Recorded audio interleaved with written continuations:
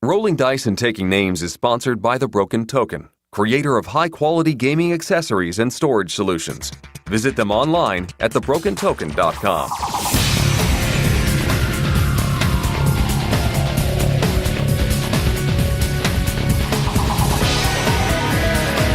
Hey y'all, on this episode of Rolling Dice and Taking Names, the guys give us an overview of their experience at the 4 best days in gaming. This is one year I am glad I didn't go. Did y'all see Marty in that squirrel suit? And it's time for another episode of Rolling Dice and Taking Names. This is episode 126. Take it to the limit. I'm Marty. And I'm Tony. And Tony, I can't remember. Is this the first time we've used the Eagle song? Oh, please. No, I'm sure we've used something like Lying Eyes or Witchy Woman or Hotel California. Don't know why, but knowing me, I probably came up with something. Yeah. Here we go. Making all these assumptions. I'm sure we did. So somebody out there is going to say, nope, this is the first time I've ever used the Eagles. Or it could have been this title because I'm not looking at my nose to say, oh, did I need... that's okay. Well, it could be because our mind is still in a fog because we just got back from Gen Con and we're trying to get back into the groove of things. And it was an awesome 4 days of gaming. That's almost the tagline. I think the tagline, it's the best 4 days of gaming. And for the first time ever, you and I were together. Yes, at Gen Con 50, number 50, which still blows my mind. And I am happy to say, my voice has come back. Finally, I was dreading this. I was dreading it. Yes. So there was Tony, I thought would have lost his voice during one of our events that we went to that we'll be talking about, which gives us a chance to talk about what kind of show this is going to be. Now, typically at Gen Con, what we've done in the past, we'll take some mics around and talk to publishers and stuff. But while that might be interesting, boring. Exactly, because it ends up being just like a bunch of commercials. So we thought, you know what? Why don't we just sit in our hotel room at night and just do a daily wrap up? Now, we did it for multiple reasons. One, we thought that'd be more interesting in publishers. Two, this boring. way we would I thought that was going to be boring too. This way we would actually remember the stuff that we had done that day and not rely on when we get back home to try to talk about the games that we talked about. Talked about the games we talked about? Yeah, talked about. Okay, so maybe the con fog has not subsided from escape. It's not gone yet. Yeah, I am still totally out of it. And it just so happened that we also had Rodney Smith of Watch It Played rooming with us. And basically, we wouldn't let him go to sleep. So he joined in the conversation with us because he wasn't going to get any sleep otherwise until we got that thing done. Exactly. Or we wouldn't let him get on his little tweet account and start tweet, Twitter, go, tweet. I'm tweeting, I'm liking, I'm retweeting. Yeah, we weren't going to let him do that. Now, did you get any con crud? I've seeing reports out there of some con crud. I didn't get any. I mean, I was a little congested, but nothing bad. Did you bring back any diseases, any contagious stuff? No, I did not. I did frequently use some hand sanitizer. I don't know if that works or not, but no, I'm actually feeling okay. Physically, I'm fine. Mentally, I'm obviously still not all quite there yet, which I hopefully will come back soon. Or it just could be senility starting to set in. So one of the two. One of those two. Now, something has gone to the dry cleaners to be cleaned up, ready for next year. Probably the onesies, the squirrel onesie that we'll be talking about later on. Yes, it's at the dry cleaners because, man, speaking of con crud, that thing smelled. Well, there's a reason for that. Now, I will say this before we get started. This is kind of interesting. So we recorded Wednesday, Thursday, Friday, Saturday night. And you'll notice as the days go on, our moods and energy tend to shift because Wednesday, Thursday, we're pumped, we're excited. By Friday, we're starting to drag a little bit. And then Saturday, we go straight into tired and giddy mode where we laugh at everything. Anyway, just be forewarned, it was very late on Saturday and we were very tired. So I apologize for how that's going to come out. Well, now I was not there Wednesday, as you will hear. I was still had to do some work and I showed up on Thursday. I had an extra day of complete and total excitement. I was ready to go. Now, you may have gotten giddy. You and Mr. Smith may have been like little girls over there when we were recording on Saturday. I think I was a crotchety old man. Man, I was mean. Sorry. I don't know what was wrong with me. I don't know. Somebody peed in my cornflakes. That's all I'm going to say about that, because I was not a nice guy. Yeah, you were ill that night. So anyway, I was ill. We're already like 6 or 7 minutes into this, and actually we need to jump over to it because this will probably be our longest episode of the year. This is going to clock in at over 2 hours. And we gave you guys the opportunity to decide whether it's going to be one long show or two shorter shows. So we threw a poll up on BGG, and survey says we are doing one long 2+ hour show. So that's what we're going to be doing this entire show, dedicated to our experiences at Gen Con.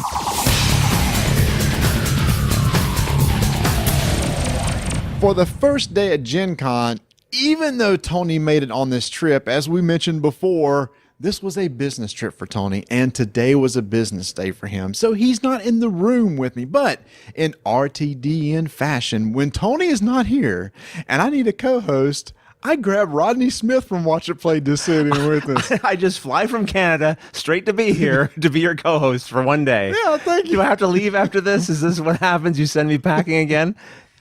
Have you ever been on the show when Tony was here and it was Never. just us three? I don't think so. I think every time he's not here, that's when I show up. Okay. So, Again, I don't want to break tradition. well, okay. Well, traditions are important. And speaking of tradition, we're here at Gen Con again. Yeah, yeah, that's a good thing. And in fact, we kind of started our Gen Con together. Both of us arrived at the airport around the same time. Yep.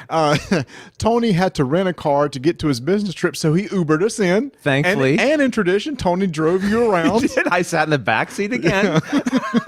You're right. It is a tradition. We're big on tradition around here. But it was great. We got there. We loaded up. We unloaded, and we immediately jumped into the action. Right. We were went right to the dealer hall. We did, and the dealer hall, but day before Gen Cons, I think is really interesting because there's an electricity in the air. It's all this is when the vendors have energy, right? Yes. Because Sunday afternoon on Teardown, They're done. We've been They're here dead. for that, and they're like, no, just get out of here. Please. Here they're all excited Yes. and everything like that. Of course, there's fork trucks running around all over the place, and people trying to set up.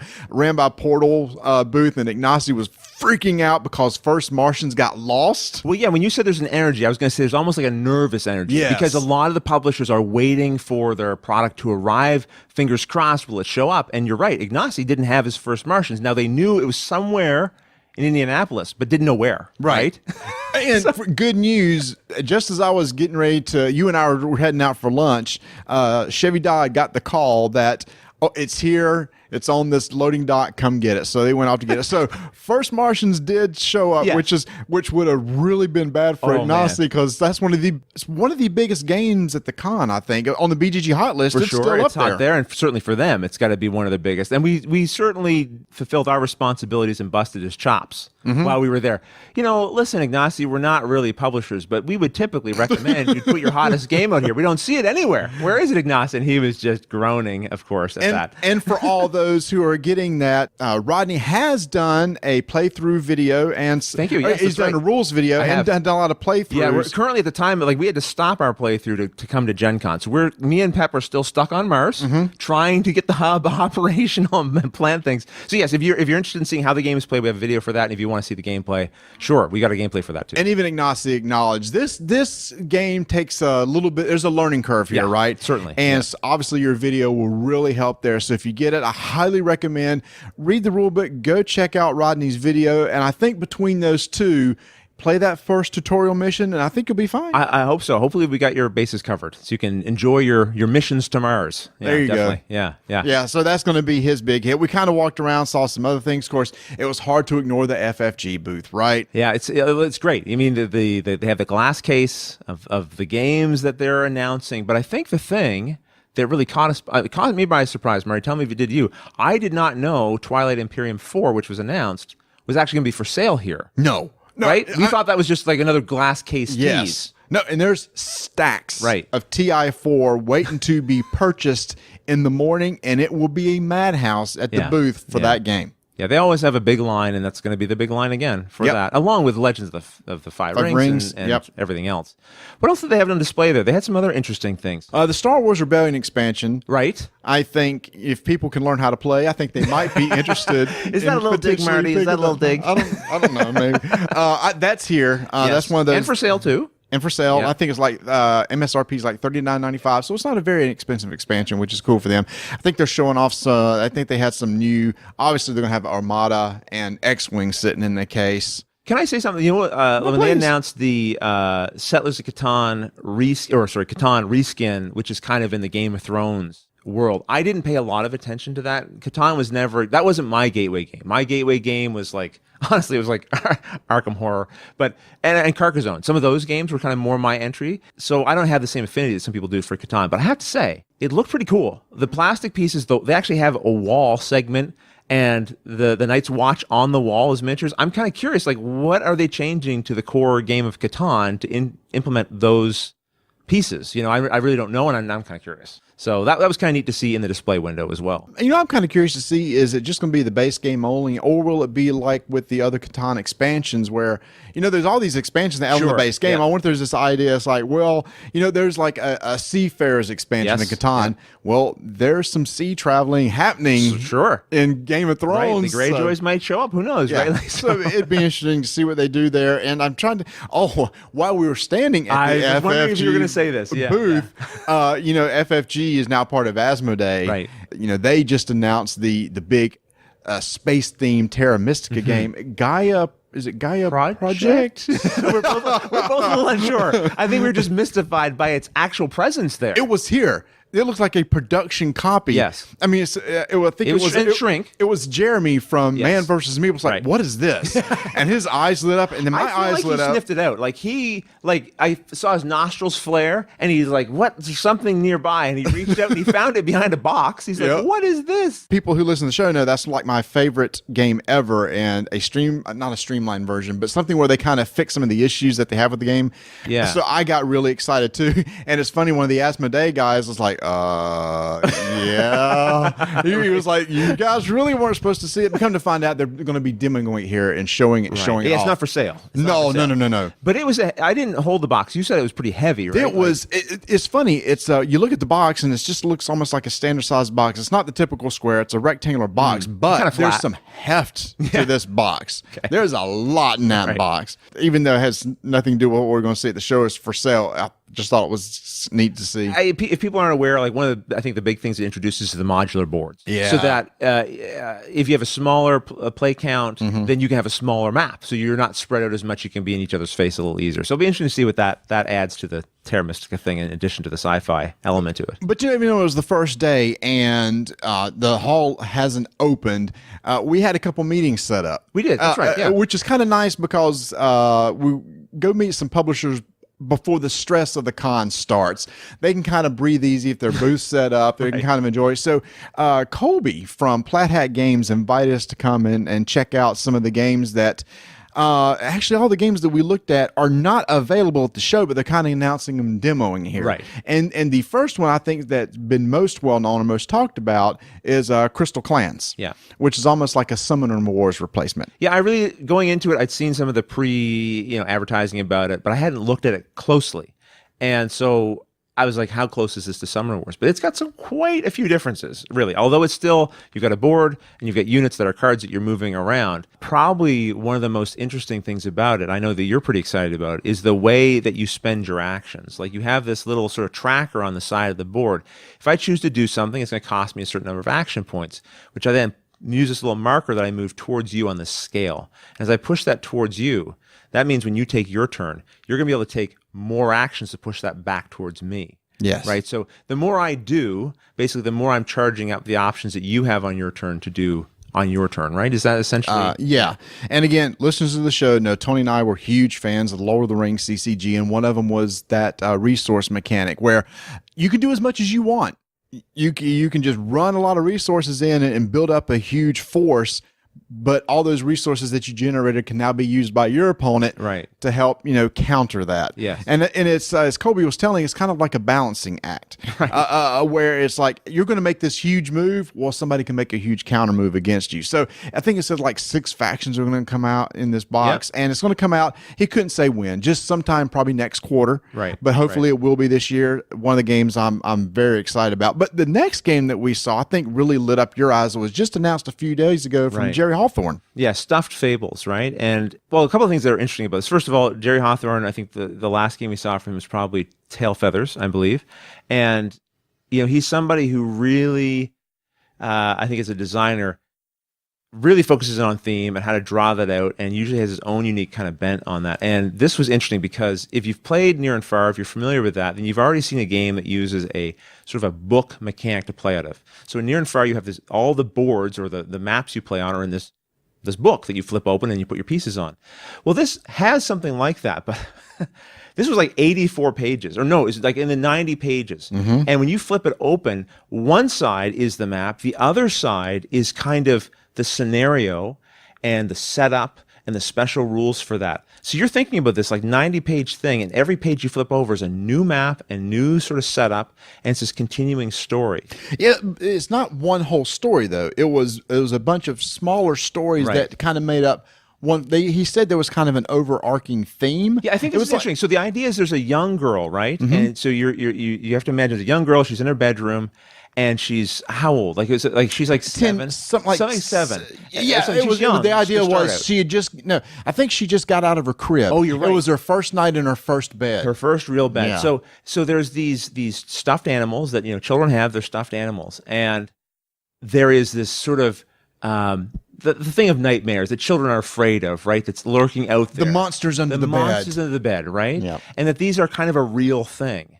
And as children have these different milestones, like moving into a new bed, that's something that could create a little anxiety for a child, right? So the idea is these little stuffed animals that you play as are trying to help guide this child through some of the concerns and anxieties they might have, right? By going into this sort of portal world underneath the bed where the darkness lurks or whatever, right? And I thought that as a theme is interesting and different. And maybe you can talk about this, Marty. There was kind of this idea of you play these scenarios and then there's these talking points. What was that about? Yeah, so Jerry said he likes to put things in his game almost like an educational or some put you in situations where you need to think about there's some morality or some moral decisions that you have, and it was definitely written towards a kid's aspect. And at the end of each story, he created these talking points, like if you're playing with your child, it's like, almost, how did this make you feel? Or when you had to make this decision, or have you ever Right. run across a situation where you felt left out, and should you make others feel left out? It was kind of like these little teaching moments of the game, and I thought, this is brilliant. I mean, if you have children, I think the ages I look on there is like 7+. Yeah. So it's not meant to be a really high level game, but if you have those ages, you could play through these little stories and then sit down with your child after and have some deep discussions. Yes. About the things you just talked about. And I asked Jerry, I said, this is great, but and he said this could be for kids and adults. I said, but a more adult themed could be really cool too when you have to make these tough decisions. And I'm trying to think for example, did you ever play the video game Dragon Age? No, but I know of it. Okay, Yeah. so there's these. It's almost it's an RPG where you have to make these decisions. I never forget. There's this one decision where you either had to kill a child or kill the mother, and either it was very gray. Right. And Terrible choices, but you're forced to terrible make choices. one. Right. And I was sitting there thinking, man, that'd be really interesting, like an adult level decision. Yeah, We have yeah. to make these sort of things. So the idea he said, yeah, this is going to be a line.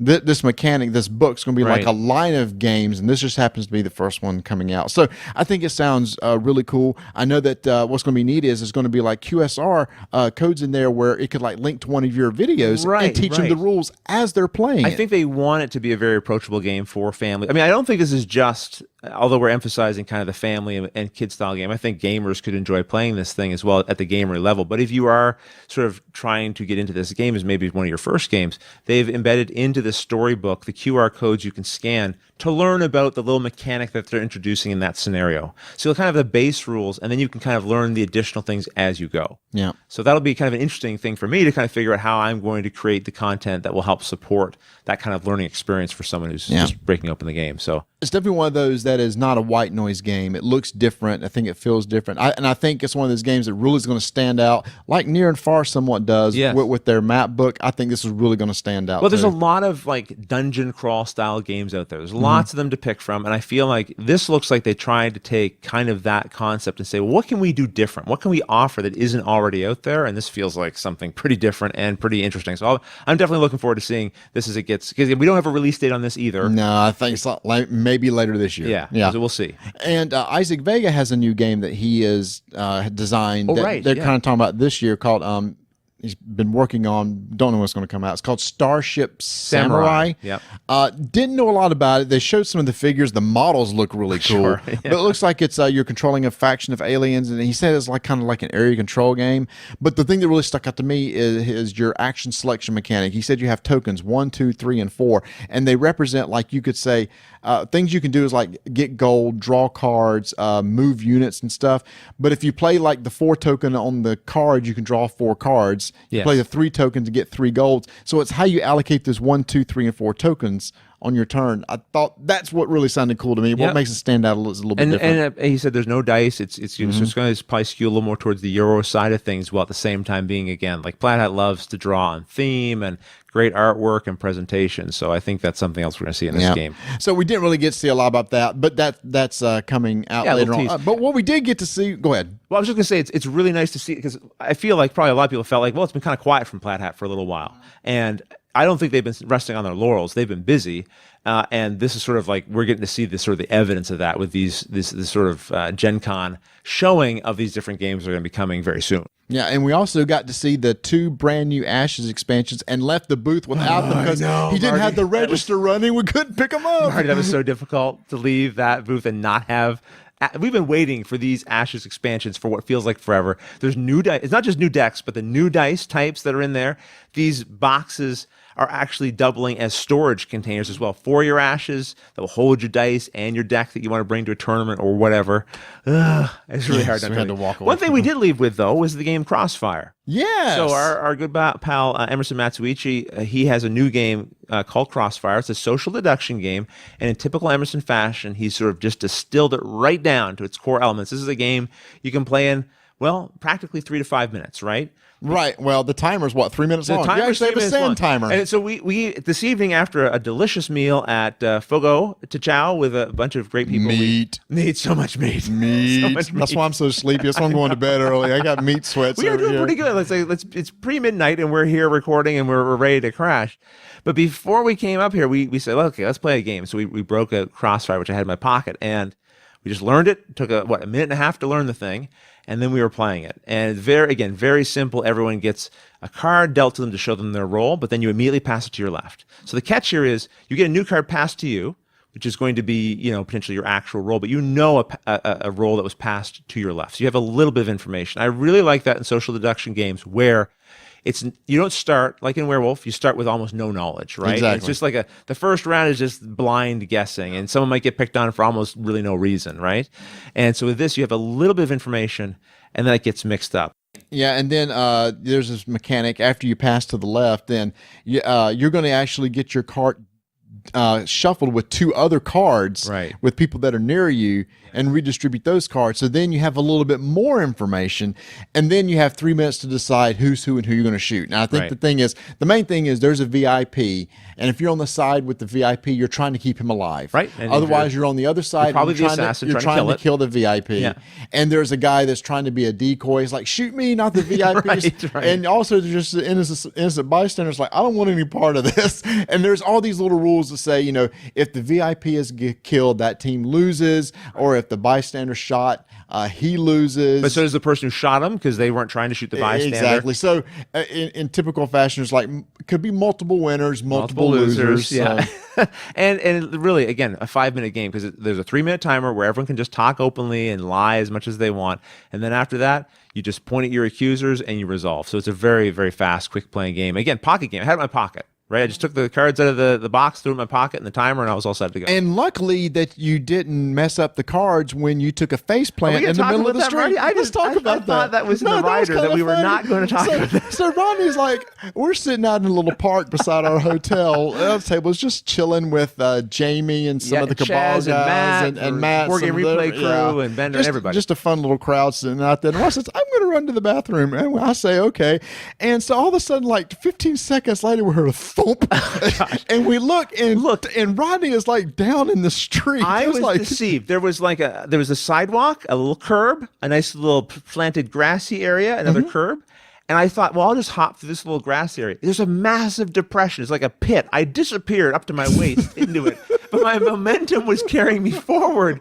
And I landed into the street on top of my phone.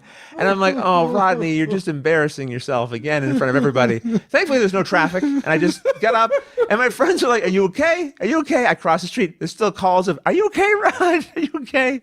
Oh, I was okay, but it was embarrassing. My ego was definitely bruised. He tried to get up and like, I'm cool. I'm cool. Ain't nothing wrong with I'm it. the most uncool person right now. I meant to do that. I meant to put my face in the pavement. That was totally cold. Can you imagine, like, if it had been worse? It could have definitely been worse. It could have been worse. Jamie said you could have curb stomped yourself. Can you imagine if everyone had just stopped everything? Okay, I guess we got to take Rodney to the hospital now. Yeah.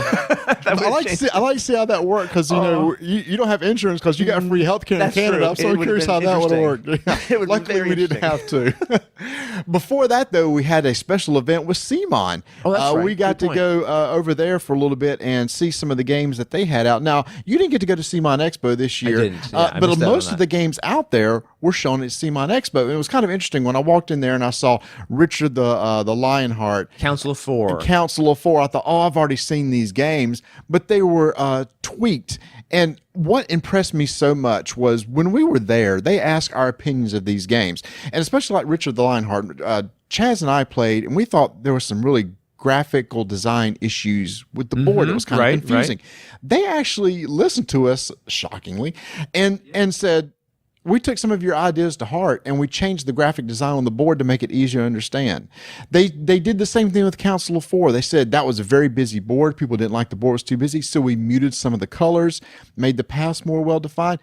I said, I need to share that with the audience because that is really cool that they run the expo, let people play it, listen, delay the game so they can fix it and make it a better game. That's customer service. Yeah, and right I can there. only affirm that.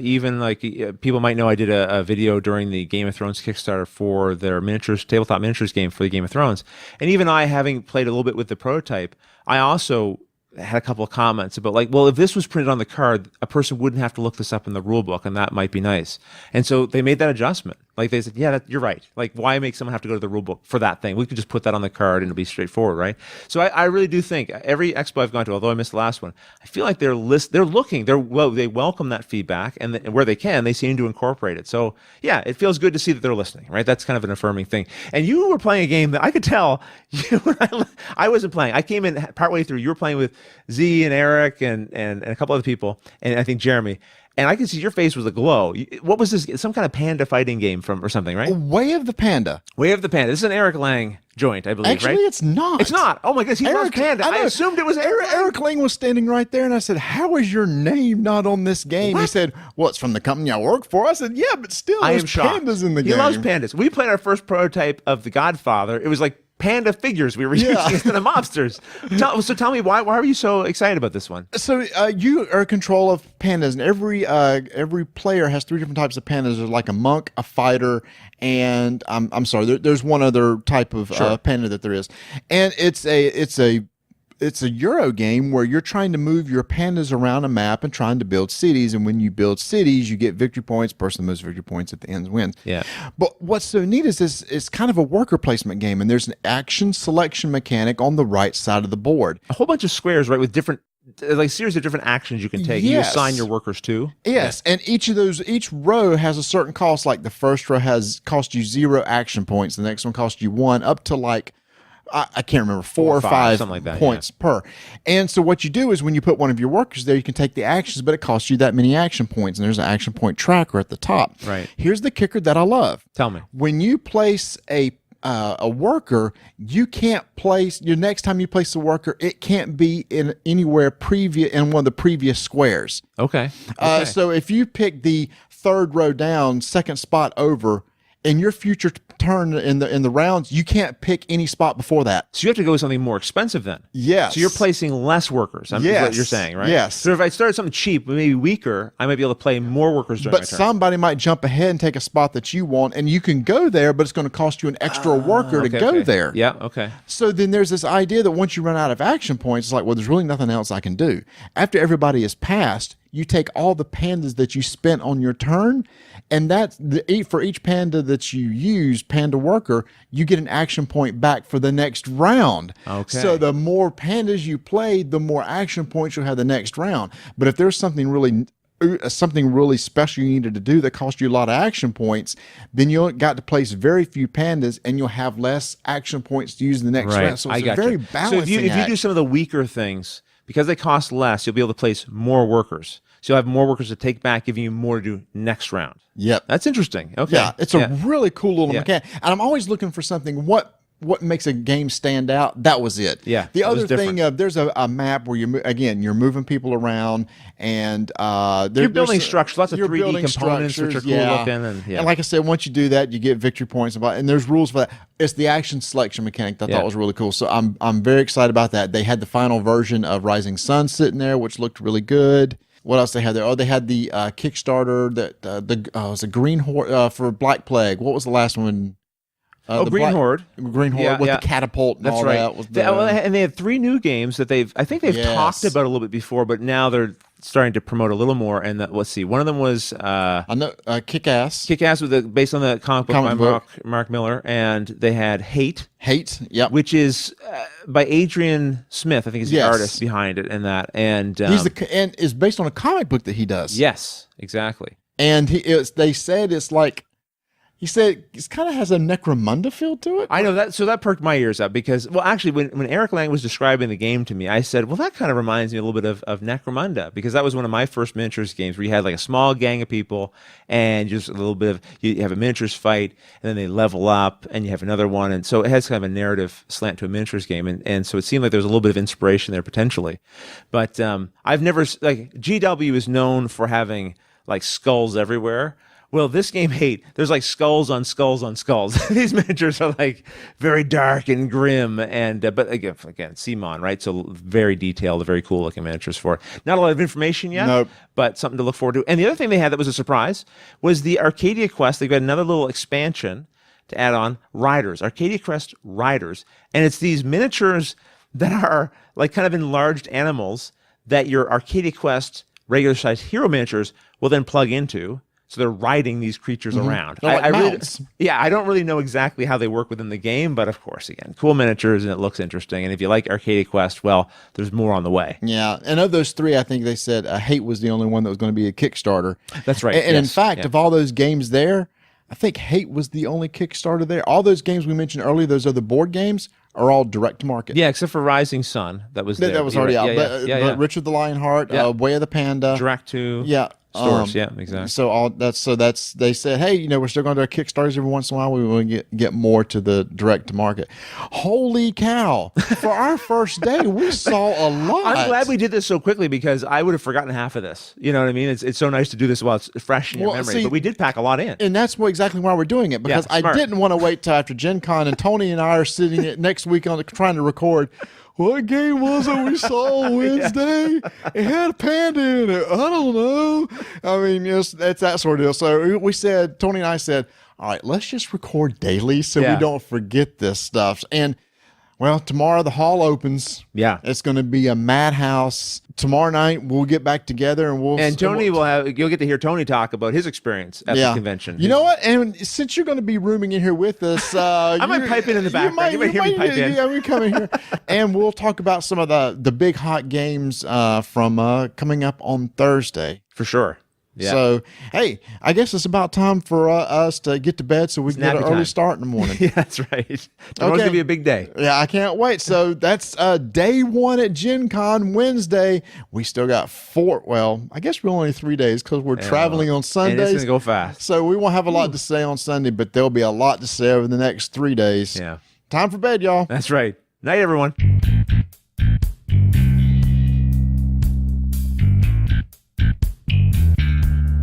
The Broken Token was extremely busy at Gen Con. Many people were excited about their Gloomhaven insert, the Scythe insert, Terraforming Mars insert. They have one for Spoils of War that just came out. And they have the new Dresden Files cooperative card game insert that you can organize that game with. Look, if you're interested in these inserts plus many others, go check out their website at thebrokentoken.com. Second night, here we are. It's Thursday night. First day of Gen Con is over, and Tony is back. He has made it back, so he's going to be joining us tonight just like he's supposed to. I'm on the show with Tony? Yes, you're on the show with me. That's the number 2. So, the world did not collide again. Not. Here we are. Wish you did side by side. Very cozy here. Yeah, so we only have 2 mics. And only 2 beds. And only 2 beds. And only 2 washcloths. But that's a whole nother issue that we need to work through. That chair's looking pretty darn comfy. You didn't tell me this was going to happen. I would have stayed where I was supposed to be, But yeah, my first day at Gen Con, I showed up late in the afternoon, so I cannot wait for y'all to tell me what it was like opening of Gen Con on Thursday, which is normally the slow day.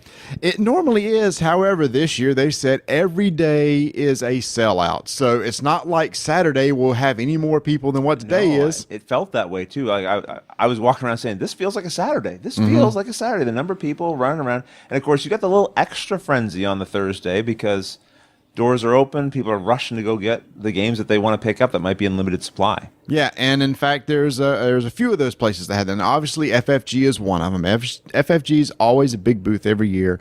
With TI4 coming out, a lot of people were excited about that. I did actually go through and grab a copy of L5R, and good thing I did because later on I saw they had sold out of that one. Oh, did they? And this afternoon it looked like that's the only one. At that time, I saw they sold out of it. They hadn't sold out anything else, which I thought was kind of interesting. But smaller publishers, there were 2 that really stuck out in my mind. I just kind of did a quick between 10 and 11 walk around and see where the lines were. 2 lines. One was at Plan B Games, and Tony, you called this the whole Gollum thing, right? People rushed over there to get that first 50 copies of the Gollum Century Road. Yeah, I mean, if you're going to stand in line and you weren't one of the first 50, are you going to pass up a chance to buy it? I don't know, but I mean, Century is such a good game. You might as well. If you didn't get the first one, go ahead and purchase it. I was standing by that booth when the doors opened, and I got spun around. Like, people were rushing, to get into that line. They had 50 little footprint markers, and as long as you were standing on one of them, then you knew you were going to get one. So you could tell if you were one of the people who would get it. So all I had to do is just kind of nudge somebody off a marker and take their spot. Yes, there's some passive aggressive nudging I could see happening. Oh yeah. And then another booth that was absolutely insane was a Renegade Games. There were 2 games that people seem to be going over there for. One, we talked about in our last episode where we got to talk about Clank in Space, which is the big surprise game that was announced on Wednesday before the show started.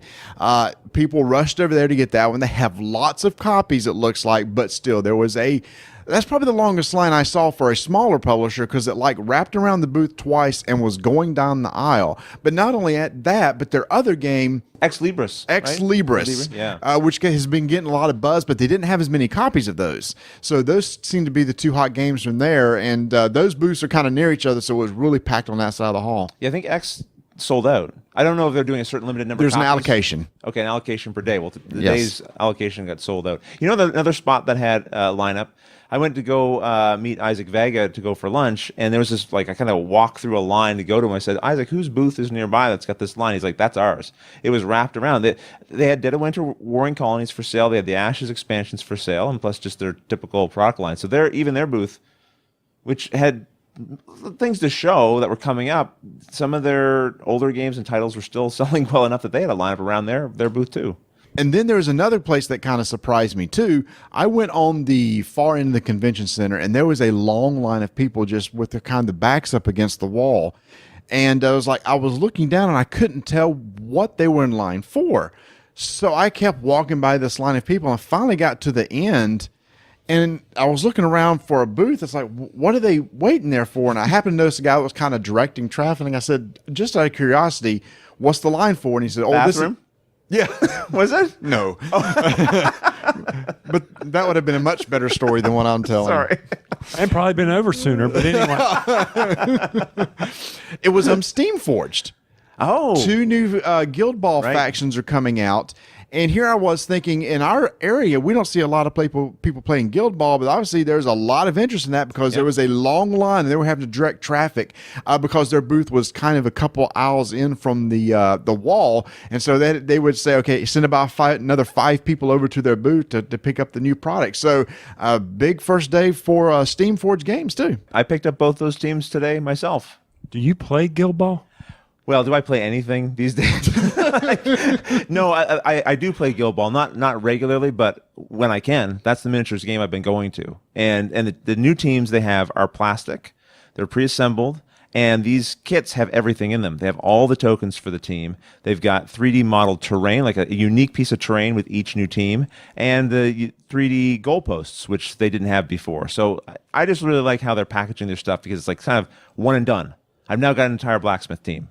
And that's what I'm looking for, so I can just quickly play a new team. Well, now I, of course, got to see work, and that was fine. I didn't mind that. But when I finally What are got you lined up for? we were lined up for the cheap drinks and the snacks, which I actually brought here. Marty's like, what are you eating? We're finished to go eat. And I'm like, I'm hungry. So did anybody get to demo any cool games today? Rodney, you said you did a lot of talking, but you didn't get a chance to really demo or check out anything? I didn't really demo any games, although I was over at the Academy Games booth, and I wanted to check out some of their war games, because I came into the hobby through a couple of war games. Ambush was one of them, Empires in Arms, and I haven't touched one in a long while. Mm-hmm. And my understanding is that some of their war games have a little lower barrier to entry, and they're doing some unique, interesting things with card play. So I was checking that out. I got a nice rundown on those games, and I picked up a couple of them to see if I can dip my toe back into some war games. I think that was probably the most of a demo I did today. If you listen to a show called Rolling Dice and Taking Names, we actually review Conflict of Heroes, the Guadalajara. Right. Guadalajara? Guatemala, Guacamole. This is fun. Guatemala, who? Did you want to go back to your World War II history of Guadalcanal? Yeah, that was it. Guadalcanal. Yeah, Guadalcanal. That's That it. was it. Yeah. Guadalcanal. I'm so embarrassed. No, I think that is a fun series. I had never really tried any of those games where, you know, all the information's on the little square chits. Little chits and hexes and things. And they have this supplementary box that allows you to play solo as well. So you can play the game that you've got, which you can play with another person, or just play it with pre-programmed movement type of things for the enemies. So I'm interested in checking both those out. I guess the most interesting demo that I got to play was I happened to be walking by Queen Games, and at that time I had ran into Jeremy and David from Man vs. Meeple, and we're just kind of walking around, and we kind of stopped at the new Stefan Feld game that's going to be coming out at Essen called Merlin. There happened to be nobody sitting at the table. We all kind of looked at each other. You guys want to demo this? So we just sat down, and eventually somebody will walk up and teach us the game. Insta buy for me immediately. I'm a big Stefan Feld fan, and I always like. With his games, it's like there's always got to be some mechanic that catches me. Like, for example, I love Trajan because I love the Mancala action selection mechanic. Here, it's like there's a round table in the middle of the board, the Knights of the Round Table, and you have basically kind of your knight that can move clockwise around this table, and each spot has an action that you can do. There's some sort of mechanic. When you stop on it, you get to take some sort of action. In typical Feld fashion, it's collecting a token or a resource or something that has some benefit later on down the road. And you have 3 dice that you roll of your color to move your guy. And then there's also a white die that controls Merlin, and everybody has a white die, but Merlin can move clockwise or counterclockwise. So it's really interesting with the whole Merlin thing. It's like, ooh, I need to use Merlin now while he's like right where I need him to get to, because somebody could take him and move him later on, and then you couldn't get to a spot that you really wanted. And so then there's some mechanics of mitigation of dice rolls, where you can have the dice flipped directly over or changed to a side that you want. That was it. I mean, it's very much point salad, but that mechanic caught me right there. I didn't see you guys a lot today, but I got a text from Marty showing a picture of that fell game. And I wrote you back right away. Like, what? There's a fell game here? Marty, is it for sale? And then there was nothing. There was no reply from you for like minutes. And I'm just on my phone like waiting for the answer, because like, if there's a fell game here, I want to go pick it up. And I'm like, Marty, is it for sale? Is it for sale? Is it for sale? Nothing from you. And then eventually like, no, it's not for sale. When is it coming out? Do you know when it's coming Essen. out? Essen release? Okay. Yeah. Queen has said it will be out at Essen. So if you're interested in a Stefan Fell game, I don't think we've seen one since Oracle of Delphi. And it seemed like you were saying before we started recording, Ron, it seemed like there was a Feld every year. It did, like multiple times during the year. I almost felt like we were seeing Fell games. I felt like it's been a little while since I've seen another Fell, and this one looked really pretty. I don't know. I didn't see this up close. I just saw the picture, but like the artwork looked beautiful. And this is colorful. a prototype. Yeah. So that looked really good. And right near there, Tony, when you got there, you and I went over to Osprey Games and checked out a couple of their new games. Yes, we did. We got to see the ones that they're going to have at Essen. One of the ones that caught my eye was Samurai Garden. Now, I've yet to be able to play Honshu, which you have, and eventually we'll get there. But that's one of those tableau building games, gorgeous games, neat mechanic where if you can complete a certain row, then you flip a card over and you have to flip over the pond or the garden. You have to flip them all over before you can start over to score the points. Really interesting, pretty neat artwork. Then we also got to see Star Cartel. Now, that game, manipulation, drafting resources to be able to build up those resources over time to be able to score points. That's coming out later. Well, hold on. That was very, very generic for what it is. I know. It's a market game. And the resources are basically like stock or trade. And during your turn, you can manipulate the market. You're trying to deliver these resources, and by the resources that you deliver will drive up the cost per the value of the resources. It will drive them down. And basically, you have a spaceship that has a cargo hold, and there's so many units that it can hold. And so you collect these resource cards. It has like it's 4 of this type of resource or 3 of this type of resource. When your ship is full, the resources that you had the most of drive the price of that resource up in value. The one that has the least is driven down, and you take those cards and turn them back in. But the cards in the middle that were at the highest or the lowest, you keep. Those are the ones at the end of the game that you score when you go back and look and say, okay, those resources I got, what's the value of them on the board at that time? So it felt to me almost like a stockpile type game. Yeah. And then also every time you turned in your resources, you upgraded your ship. And that was the ending game mechanism, is when you ran out of the ship deck. I got to be careful when I say that. Ship deck? Ship deck, yeah. Ship deck, okay. Pronunciate clearly. Ship. Yeah. Pa. Okay, the filter's there. But anyway, that was... It didn't work that well, though. Okay. So I'm going to have to fix that in post. Thanks. Okay, not a problem. So anyway, that was really neat. And then London, but... Yeah. No, that's what I was going to say. Didn't you guys see another prototype for this London game? This is a reprint, right, of a game by Martin Wallace? Am I right? So yeah, it looked beautiful, and that's when I glossed over because I was too busy glossing over the artwork. But it would look gorgeous, absolutely gorgeous. Yeah, and that was about the time that the Omni Bar called me to confirm our meetup for tomorrow night and get some of the details on that. So I had to walk away and didn't get to see the rest of the little presentation. I'm getting nervous about this meetup. I'll tell you, because again, I'm walking down the halls with you. I'm hearing shouts down the hall. Dice in a bowl! Dice in a bowl! Team Tupperware! And I'm thinking, there's going to be a horde of Team Tupperware there. Where's our straight gladiators, Tony? I'm nervous. They're going to be out. They're just hiding. They're in wait. They're going to ambush. But we'll see how it goes. I'm nervous about that too. Not only from the people not showing up, with potential of a lot showing up. So this will be fun. So tomorrow night's report will either be sad or happy. I don't know. Sad for one of us. One of us will be wearing a squirrel. And Anyway, later on that night, we checked out, or tonight, we went and checked out an Asmodee event where they were showing off really only a couple games. It was the Splendor expansions, Cities of Splendor, and number 9. And there was one other game I did not get to check out, but that's all that I saw. Did I miss something? There was the Captain Sonar 2-player variant in the corner. Just Sonar. That's Just Sonar, right. I yeah. didn't get to check that one out. I didn't get a chance. It was always full. That. Yeah. And then they had the Dream. I can't even remember. What do you know? The Dream Wake or Dream Walker? Exactly. Yeah, but I heard people talking about it, but I don't remember the name of it. Yeah. But it was really cool that while we were there, we got to see Efka from No Pun Included and John from John Gets Games, and got to play a game with them. So that was cool that them coming across from the UK, not John, but Efka, and it was neat hanging out with them, talking to them. The media events do get everyone sort of in one space, so it's kind of a fun time to sort of talk amongst colleagues and see what they're enjoying at the show and so on. Mm-hmm. And the Team Covenant guys were there, and I went and told them, I said, would you guys please stop making me spend money? If you would stop talking about all these new games that are coming out, I'd spend a whole lot less money. And then tonight, it was our big charity event that we had talked about. It was our... what was it called? Summit. Summit the board game. Summit the board game. Where is Tony and Rob from Blue Peg Pink Peg helped commentate this event for me and Stephanie Straw and Chris Miller from Secret Cabal and Christina from Blue Peg Pink Peg and Brandon from Brawling Brothers.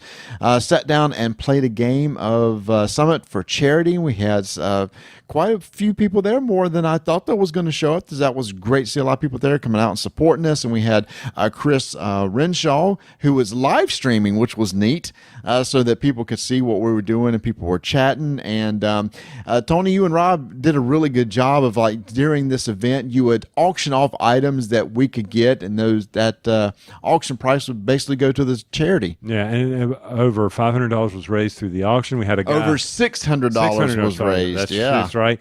And we even had a gentleman who asked a basketball question and gave a $100 donation to the charity, as if you could, how many points did Wilt Chamberlain score?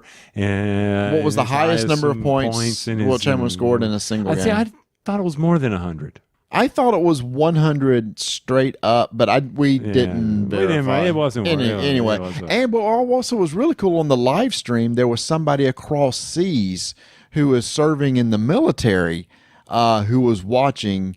And he said he served for the 101st, and somebody donated $101 to charity because of that. So that was really cool too. Yeah, you guys were having a fun time and a serious time. And meanwhile, me and Jamie were over here at our hotel room, calling you on your phone during the live event. Hey, Marty, where are you at? What's going on? We were being like goofy jokers, and you guys are in the middle of trying to do this live streaming game. So eventually we walked over and got to join and be kind of part of the audience and heckle a little bit and bid up some things as well. So it was a good event. Good event. So that's the first big day of Gen Con. Now tomorrow.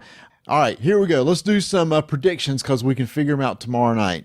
All three of us are going to the FFG Inflight report, which is where they kind of give an update on the company, but usually tease some new games that are going to be coming out. Do any of you guys have any predictions of what they might show off tomorrow or announce? Well, we were on our Secret Cabal episode that we participated in, Marty. I made a comment about thinking, well, there's going to be like maybe a Civilization 2.0, and there is kind of that already. They've already have announced a few things. I'm not sure anymore. Like, is there going to be something else in the Star Wars universe? Maybe. I don't know. Do you have any thoughts? Well, it's almost cheating, but we've heard some rumors, right? We've heard rumors on Reddit. Right. Now, none of these are verified. It's just stuff that we've heard on Reddit of a Star Wars miniatures game. Right. A ground-based not X-Wing, but like something ground-based. Yeah. Now, again, it could be totally false, but these rumors got started on Reddit along with, what was the other one? Another Star Wars. Oh, so I'd heard also a rumor of, remember the Warhammer Quest, Tony, game that we liked that the Sadler brothers did? Yes. Taking that same game mechanic, but making it from Star Wars universe. Okay, well, that sounds pretty decent. But miniature Star Wars, don't they not have enough miniature Star Wars games out already? Anyway. Well, no. The answer is no. There'll never be too many, I don't think. Yeah. So anyway, but aside from that, from the rumors other people have had, I would think there's going to be a Star Wars something. It prints money at this point. Right. Yeah. That's what people like, right? I mean, even X-Wing's still going strong. Armada's still going strong. So it makes sense they do something in that universe still. I think last year during this thing, isn't that when they announced Rune Wars? And then they showed it right after that? You're right. They did. Yep. Yeah, so that was the big surprise last year was you're Rune right. Wars. Usually they announce something and then on the demo tables, it's there. Right. For you to check out. So, But there was always a tease of that when you'd go by the glass shelves at FFG, and there was always some empty shelves. Are there any empty shelves this year? I don't remember seeing any. I don't They were remember all filled, seeing. so maybe we're not going to get that glass tease this year. May not either. Well, what I'm talking about, everybody, there's these glass shelves where they show, here's some of the upcoming games that are going to be coming out. But in past years, one or two of those shelves may be empty. Like something's going to go here, but I don't remember there being empty shelves this year. Yeah, in past years, it was things like XCOM. They had announced that in the in-flight report, and then that glass area would be filled in with the miniatures and the board and the box and that sort of thing. Yeah. Right. So I'm excited about that, going to that. We've got, of course, our meetup tomorrow night, and we'll be talking about that. By this time tomorrow night, we'll know which one of us will be wearing a onesie. It's true, and I'm fine with it. If it's me, I'm good with that. Because then Saturday, I'm good with it too. We'll have a blast. Either way, it'll be a fun time. We'll have a big time at the meetup. And we've got plenty of other meetings to go to, as well as can I please play some games tomorrow? That's why I'm here. We know. We were talking last night. There's a game that Rodney's very interested in playing. That's also a game that you're wanting to play again, and I'm wondering, is there any chance after our meetup, if we could pull off Lorenzo El Magnifico? Do we have it here? I'm sure it's at the Hot Games Library. I'm sure Yeah, we most could get a likely. copy somewhere. Yeah, I mean, I've heard you guys talk about. I think you were talking it up to me pretty severely, and I have a copy at home I have still not played. I would love to have a chance to play that. So that's one thing I don't understand here at Gen Con. You can play to get in the Gen Con board gaming, and then I saw, I think, a BGG board gaming room. Is that right? Yeah, no, BGG sets up a room. It's here in the Hyatt Regency, and you can go in. There is a ticket, like the generic tickets I think you can pick up for it, and then you can check out the hot new games and sit there and play in that room. So if there's something you're not having an easy time getting a demo of in the main hall, this is a place you might be able to get a demo of it here. Okay, because I didn't know how all that worked. I mean, there's so much here. There's so many hotels involved. I mean, it's just a huge time. As a matter of fact, believe it or not, I actually was not the Uber, and I got an Uber over here after I turned in the car, and I was like, I was talking to the guy, and he was telling me that because of the crowds this time, they are seeing people in the outskirts, and the Uber drivers are having a blast bringing everybody in from the outskirts and the other hotels. So in the future, it's made it easier and you don't have to go through the raffle. And he was like, matter of fact, he had a bunch of cosplayers climb into his car today. So he was like, this is always a fun time for the city as well, even though it has grown so much. Well, that is so neat that the city has... That is your standard go-to. Do you know how many that is so neat statements I pull out of our show? I don't care. It's like Anyway. he's trying to find some words. That is just so neat. It is. It's neat. I had fun with it. So, looking forward to tomorrow. Hopefully, we will not get burned out and just crash and burn at the meetup. Oh, no. I don't think we'll crash and burn because, like I said, I would love to get in a decent game afterwards. I don't know if you got anything scheduled. I know that we don't. Maybe there's actually a way we can actually get in a game tomorrow night. I think it will happen. Because Saturday night is the Secret Cabal meetup, and there will be no games or anything that night either. So tomorrow night may be our only shot. Oh, one other thing before we go, you and I'm pointing like everybody knows who I'm talking to. Yeah. Rodney, you and I went and talked to Games Workshop for just a little bit. Oh, that's right. Today's been a blur. You're right. So we talked to them just for a little bit about what they got going. Shadespire. Yeah, Shadespire, which is, we talked about at Origins, which we're all still very excited about because who was there? It was you and I and Matt Evans from Board Game Replay. Right. And Joel. Joel Eddy from Drive Thru Review. No, I'm talking about here. Oh, today? Yeah. Joel Eddy from Drive Thru Review was not here. No. I hope he does not listen to this because he's really going to be upset. Heartbroken. He really wants to be here. I feel bad. I was sending him pictures of all the GW stuff, and he was like emoji crying. Sure. Yeah. But Bender was there from the Secret Cabal, Lords of the Dungeon. Lords of the Dungeon, and Jamie was there, and Tony. also the other Tony, the Secret Right. Cabal Tony. We need a picture of you two guys. We need the two Tonys in a picture. But anyway, it was Shadespire and then a little bit of Necromunda. Yeah. We talked about Necromunda right after you left. We didn't really get any more information about it, but They're pretty tight-lipped right now. Like, there's some rumors that are circulating, which they're not confirming yet. They'll usually release that more information closer to, I think, the release date of the game. But that's certainly a game I'm so excited to hear them announcing, because that was my first miniatures game. I'm really excited to see what they're doing, because they're going to be updating it. They already have Shadow War Armageddon, which they released, which is sort of based on the original rules, and this is something new, and I'm very excited to see what that's going to be. Exactly. And with Shadespire, I really think their goal is to try to bridge the gap between board gamers and miniatures gamers. They want this to be the easiest entry point they can make for those who are into board games, but miniatures games, like from Games Workshop, intimidates them. They talked about how easy the models are to put together. He said they're push to fit, do not need any glue. There's only like 3 or 4 models per side. That's it. And you set up and play the game. It plays in 30 minutes. It does, and we played it, and again, like it might be an entry level game, but this is, how do I say this, a quote unquote real game. Like, there's real decisions to make. It's interesting decisions. I'm looking forward to seeing that and because they're going to expand that almost right away with new factions and new things. So, yep, good for them. Yep, exactly. All right. Well, it is almost 1 o'clock here, and I guess we're going to be hitting the sack soon so that we can try to be fresh for tomorrow. Yeah, it's just neat.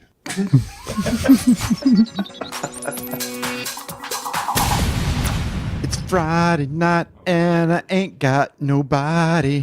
Well, look, I got to do something to keep us up at like 1 a.m. in the morning. It's true. It is a little late. It's like 1 a.m. Saturday Yeah, but morning. you've been singing all night long. Well, because we had a great day. Okay, and that makes you want to sing. But yeah, Rodney and I started singing last night, and you get all uppity and stuff. It's true. We were doing delightful harmonies. And he's like, "Can you guys keep it down?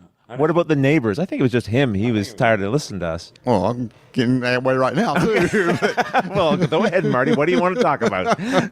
All right, it's Friday here at Gen Con, and we've had another busy day. Got up this morning, and we went to the hall to kind of look around, but we didn't spend a lot of time in there because we immediately jumped over to our first event for the day, which was the Fantasy Flight Games In-Flight Report, which is where they talk about the games they're going to be coming out with and everything. And usually this is a very big deal where a lot of people like to come in there and get excited about what's coming out. 700 people crammed into a room to hear about all the goodies that FFG came out with, and pretty much we sat there for an hour. We sat there for a little over an hour and heard 55 minutes of here's what we have and 5 minutes of the new thing. Yeah, but before that, my favorite part was here's a game company who's all about design, process, how to keep people entertained, and they put us in cattle call lines where we were stuck up against the wall, and they were like, okay, we're going to let y'all in here, maybe, wait for it, don't make any room. I mean, you got to make room here. Everybody squeeze tight, get tight, because we can't be blocking the hallways. Just freaking get the hall open earlier for us, and then we can all just meander in at a leisurely pace. Not that I'm being a Scrooge or anything tonight, but it is. You are grumpy tonight. You would get off my lawn. I think they were just trying to build anticipation so that we were hungry for the information we got in. But Marty, like you said, Well, then they should have delivered. there was a lot of information released early on that I think people were kind of already, of course, expecting a new wave of X-Wing miniatures and things like that. People were looking for that new announcement, which they did have at the end. At the end, which was probably everybody's heard by now by the time this come out, which is the new Star Wars miniature game called Star Wars Legion, which looks like about, I don't know, they said it was like a 32, 35 millimeter based system, where it's a unit based system, which is very typical in many miniature games. Instead of using rulers, it looks like little measuring sticks. It's funny how it's like, is it ruler based? Oh, no, we're using measuring sticks. That's a ruler. They're kind of like the ones that you get in Armada, where they're jointed to sort of twist at certain joints along the way. And I mean, the key thing about this being a Star Wars miniature game is it's ground based. Unlike X, so they already have a Star Wars miniature game. X-Wing, this is the troops. So you've got Vader, you've got Luke Skywalker, and all the units. Now, Rodney, you actually sat there and you watched the demo. I walked by and kind of looked at the minis, saw what they looked like, but I didn't watch the mechanics of the game. Did anything kind of stick out to you? I'm always looking for that. How is this different than 40K or any other miniature-based game right now? Sure. I mean, some of the things would be things you've seen before, measuring for distance, keeping all of your models in a unit close together. They had alternating actions, which is I like that too, Marty. I'm doing one thing, you're doing one thing, and we can react to each other rather than me just doing all of my stuff at once. They had, I think maybe the most interesting thing that I saw was each turn at the beginning, you're going to get to sort of play a card secretly and reveal them together, which will indicate who's going to have initiative and how many units that you have direct command over in terms of which ones are going to activate. I might have like 5 groups of figures, and 3 of them, depending on what I play, I might be able to choose on my turn which one I'm going to activate.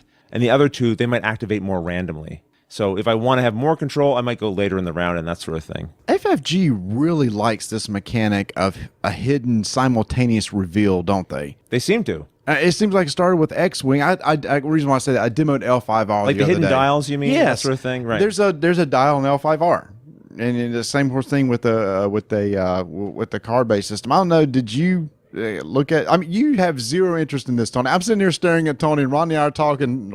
Tony's like, whatever. On Star Wars, I mean, it's another miniatures game. What's going to sell me on a miniatures game? It's got to be the time. I'm not going to go out there. I mean, we enjoyed War Machine, but what took me away from that, it wasn't the painting. It wasn't the rule set. Mm-hmm. It was the time. It was 4 hours to play a game unless you got quickly wiped out. Let's see how the dice balance out. 4 hours is kind of exaggerating. Oh, it seemed like it. Okay.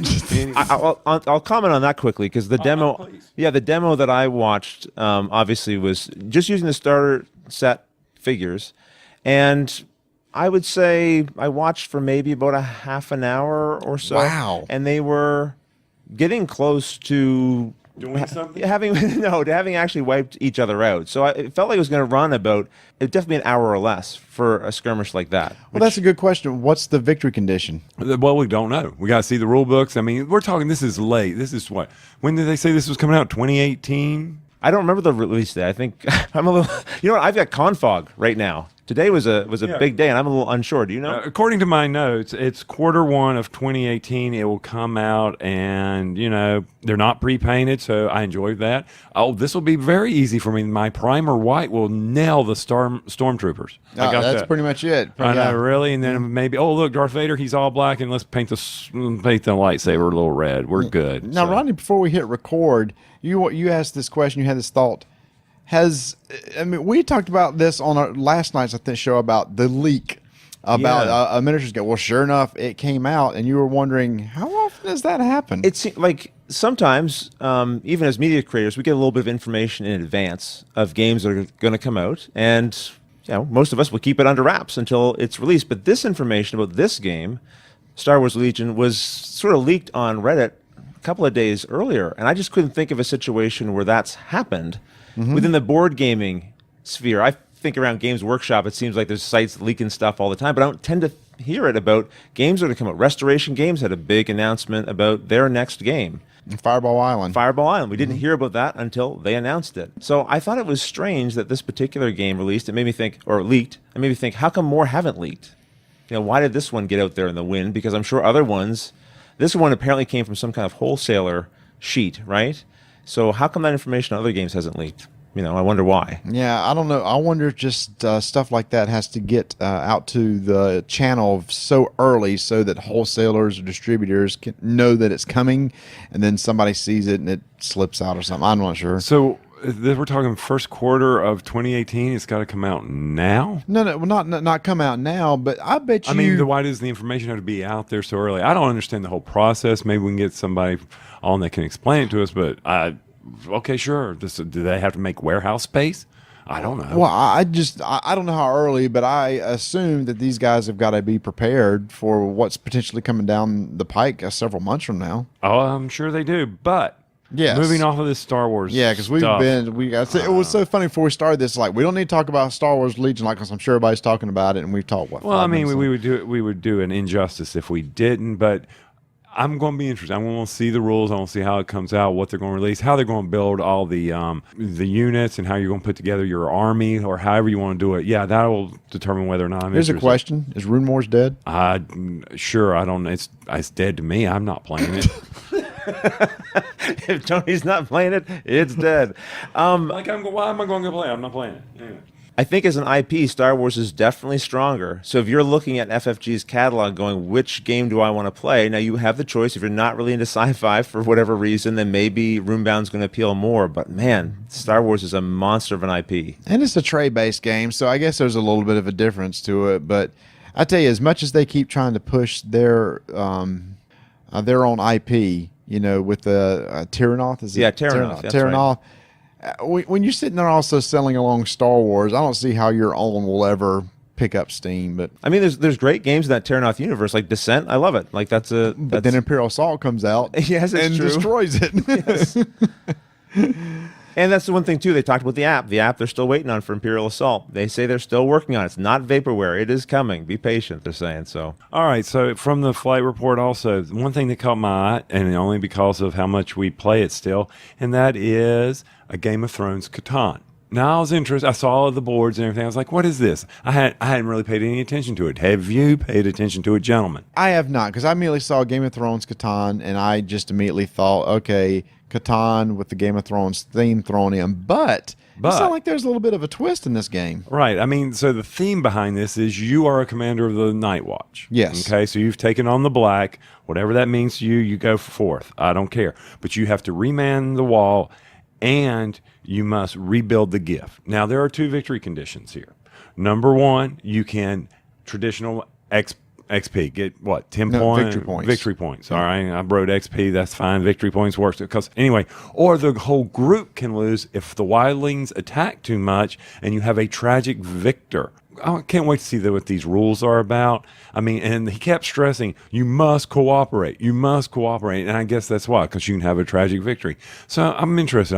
I can't wait to see the rules on this, to see, did they just paste the theme on, or how are they going to implement it? And their giants are attacking, the wildlings are attacking. It'll be interesting to see. Now, that is a Q4 release. Now, okay, I'll wait and see. We'll see how maybe that'll be a Christmas game. I don't know. Y'all, now they're looking at me like we don't care. Yeah, we don't care. Okay. Anyway, we did get to play a game. Yay, we got to play a game at Gen Con. That is awesome. We went to CGE. Paul Grogan invited us to CGE, and we sat down with Mr. Smith and Patrick and from Blue Peg, Pink Peg. And Jeremy. Yes. From Blue Peg, Pink Peg. I was going to sum it all up. Jeremy and Patrick from Blue Peg, Pink Peg. See, see how that works? Pretty good, yeah. And we got to play Vladi what is it? Vladi Shavato? Vladi Shavato? Yeah, that's a question. It's a squirrel. And what? This is a squirrel. That's a question. I enjoyed this game. Did y'all? What did y'all think?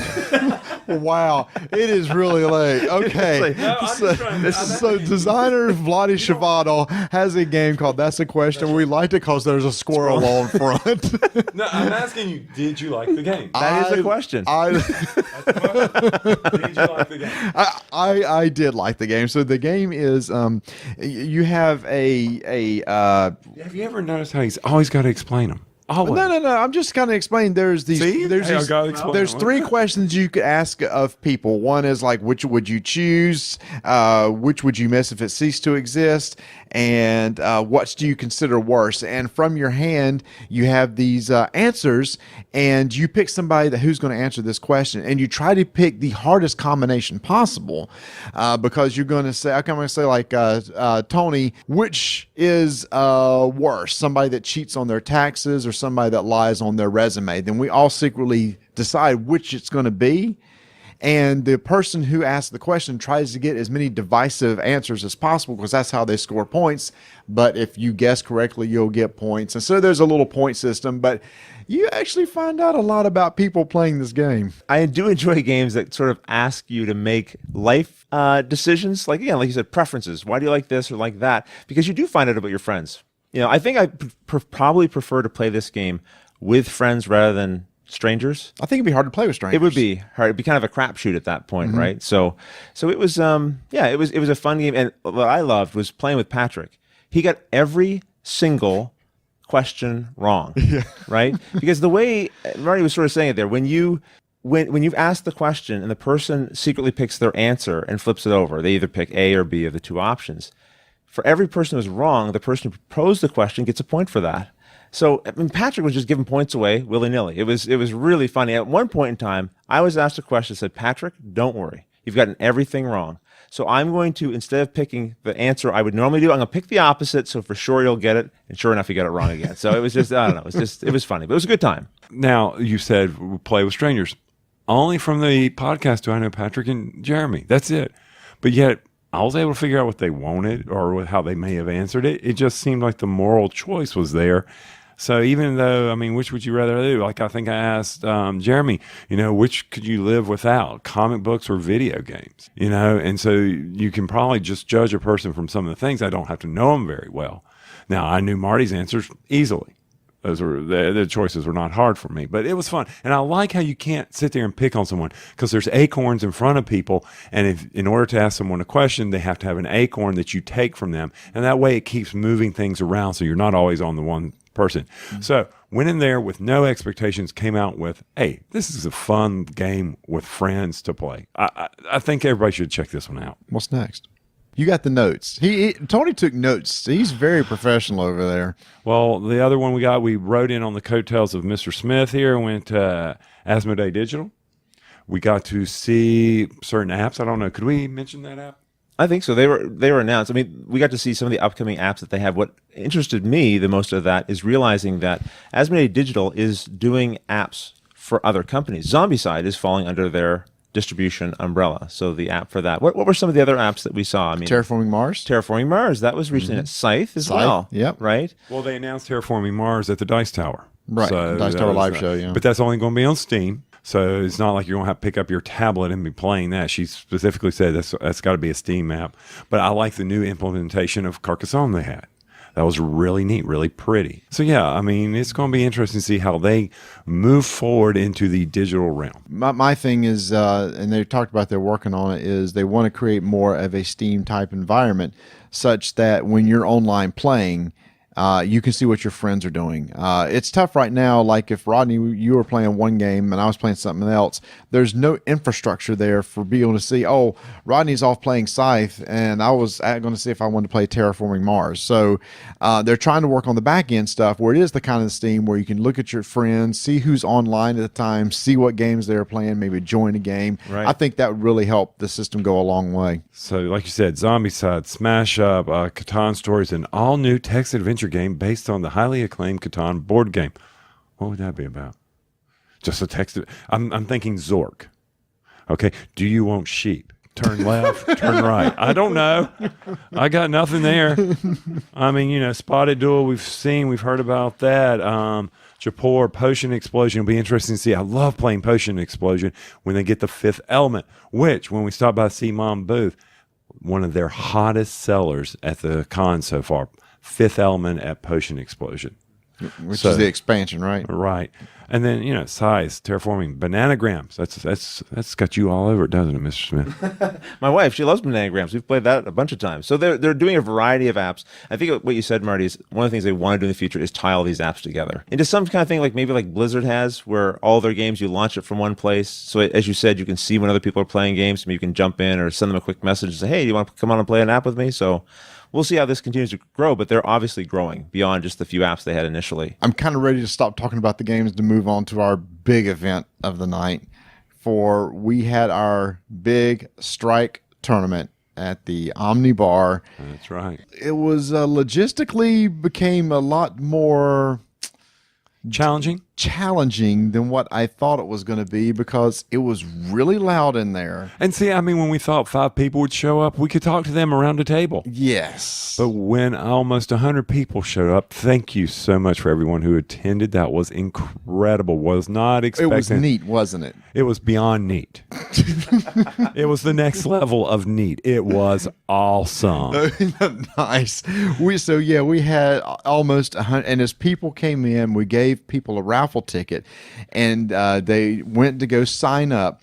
And when they went to sign up to play in the tournament, they said either arena or bowl on which side they wanted to represent. And I'll be doggone, guys, did we not have pretty much 50-50? Well, to be honest, it was actually more Tupperware than arena that showed up, and I had to balance it out a little bit. So that was okay. I'm stunned because forever, Tony, hadn't you been saying, Marty, nobody's going to be on your side? I'm like, I know. And then all of a sudden, more people came to support the Tupperware than the arena. What are you shaking your head at? I agree. No, I'm agreeing with you. I really felt that, poor Marty, poor Marty. And as the days got closer and I heard more dice in a bowl down the hallways, I realized, no, we're going to be outnumbered. And we were outnumbered. But I don't know if we want to spoil it now. Maybe there's a few other things you want to say. At one point, there was a little concern. Remember whenever the Secret Cabal would have a meetup in that location, there'd always be some kind of problem. And you guys had a little bit of a possible problem there at one moment. Yeah, all of a sudden we had the manager come in and where we were sitting at one of the long tables setting up, and he said, "You will have to leave because you need to buy some food or some drinks." Well, I was kind of confused because people were buying drinks, but what was amazing and just so incredible from the people that were there, people just jumped up and said, "Well, fine, I'm just going to go start ordering appetizers for this table."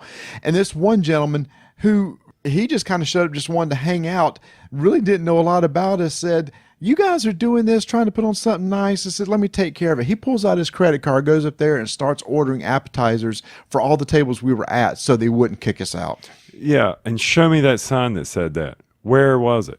That I can kick you out because you didn't order something here? Show me where that goes. I see the bathroom signs, but I didn't see that sign there.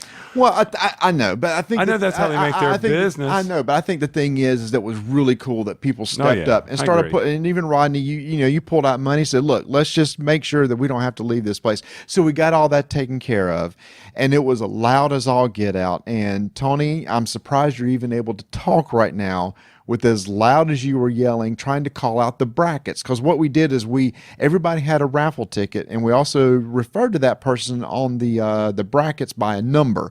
So Tony would call out 5 numbers and say, "Go to this station." Another 5 numbers, "Go to this station." But we got through it, man. 3 rounds. And we had half of the people playing in the bowls, half of the people playing in the real games of Strike. And we had 2 winners from each game move on to the second round, and then 1 winner from each to move on to the final. And then we had a big championship game between 4 people at the end with major stakes on the line. Major. And they were T-bones and filet mignons and all that other stuff. But before we You are so punny, Chaz. Thank you. It's like Chaz is sitting right here in the room with us. But before we get there, first off, thank you to Blue Peg, Pink Peg, Christina for bringing some incredible dice. They were, with Marty's face was the dead, and then the moon pies were the pips. For the championship. For the championship. I was shocked by this. I did not know about this. Rodney knew about this and said, "This had been going on for a little while." Is this correct? I did. There's a gentleman, Richmond Bramblett, and Christina had been talking about trying to do something a little fun to support this, right? And that was fun. It was very fun. And the idea was to come up with these custom dice. Now, what we hoped to do was to get actually etched Chesic dice to bring to the event. They are being made. They are going to be delivered, but they weren't ready in time. So instead, he created these stickered dice to hopefully throw off the people who were rooting for this whole dice in a bowl nonsense. And it worked. It worked, Marty. It worked because in the final 4, I thought I was set. There was 2 people basically represent the winners from the arena. 2 people representing the winners from the Tupper Bowl. The first one to go down was an arena player. And I thought, I got this. But then all of a sudden, in one fatal swoop, the arena player played his turn, which was Toby, who is is the husband of Ambi from Board Game Blitz. And then the next Dice Bowl player rolled horribly and was out. And then the next Tupper Bowl player rolled his dice and he was out. And I was just standing there dumbfounded. And it was over. It was just over. There was no climactic crescendo. It was like out game. And so Tony immediately grabs the squirrel onesie, goes over to Toby and says, "All right, who's going to wear this?"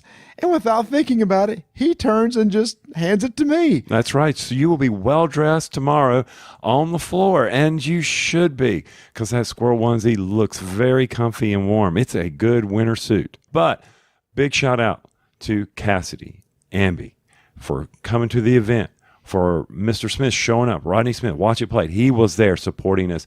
And, of course, our good buddies at the Secret Cabal. I mean, we had Chris, we had Tony, we had the man himself, Jamie, there. Bender was there.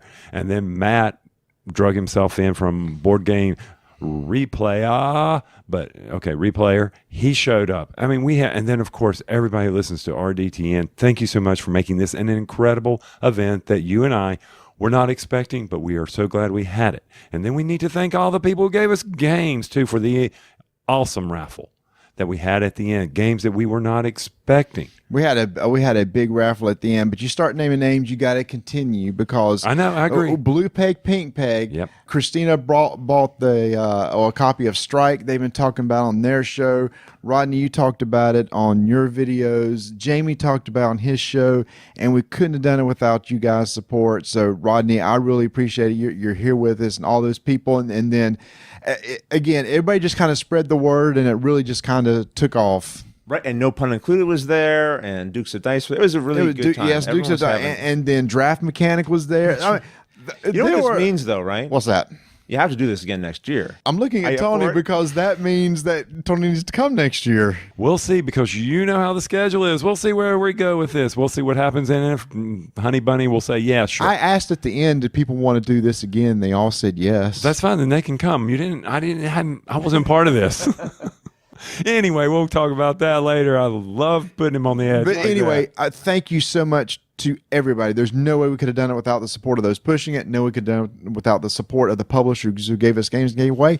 No way we could have done it without those who came up to show and have a great time. I was just blown away and amazed by some of the great listeners that we have on this for our show. Yeah, I mean, Stronghold donating Terraforming Mars with the expansion, Restoration Game with Downforce and Indulgence, Passport Games gave us Skyward, and Citadel's of Time, which is a hard to get game because they're selling out of them every day. Scott, you are amazing.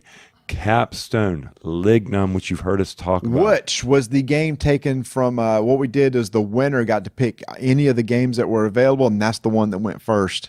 CMON for Dream On. Dream on. Okay, moving on. Dream on. Dream until your dream come true. Yeah, thank you. Steven Tyler, you thought he was in this room, didn't you? Yeah. I thought something had died.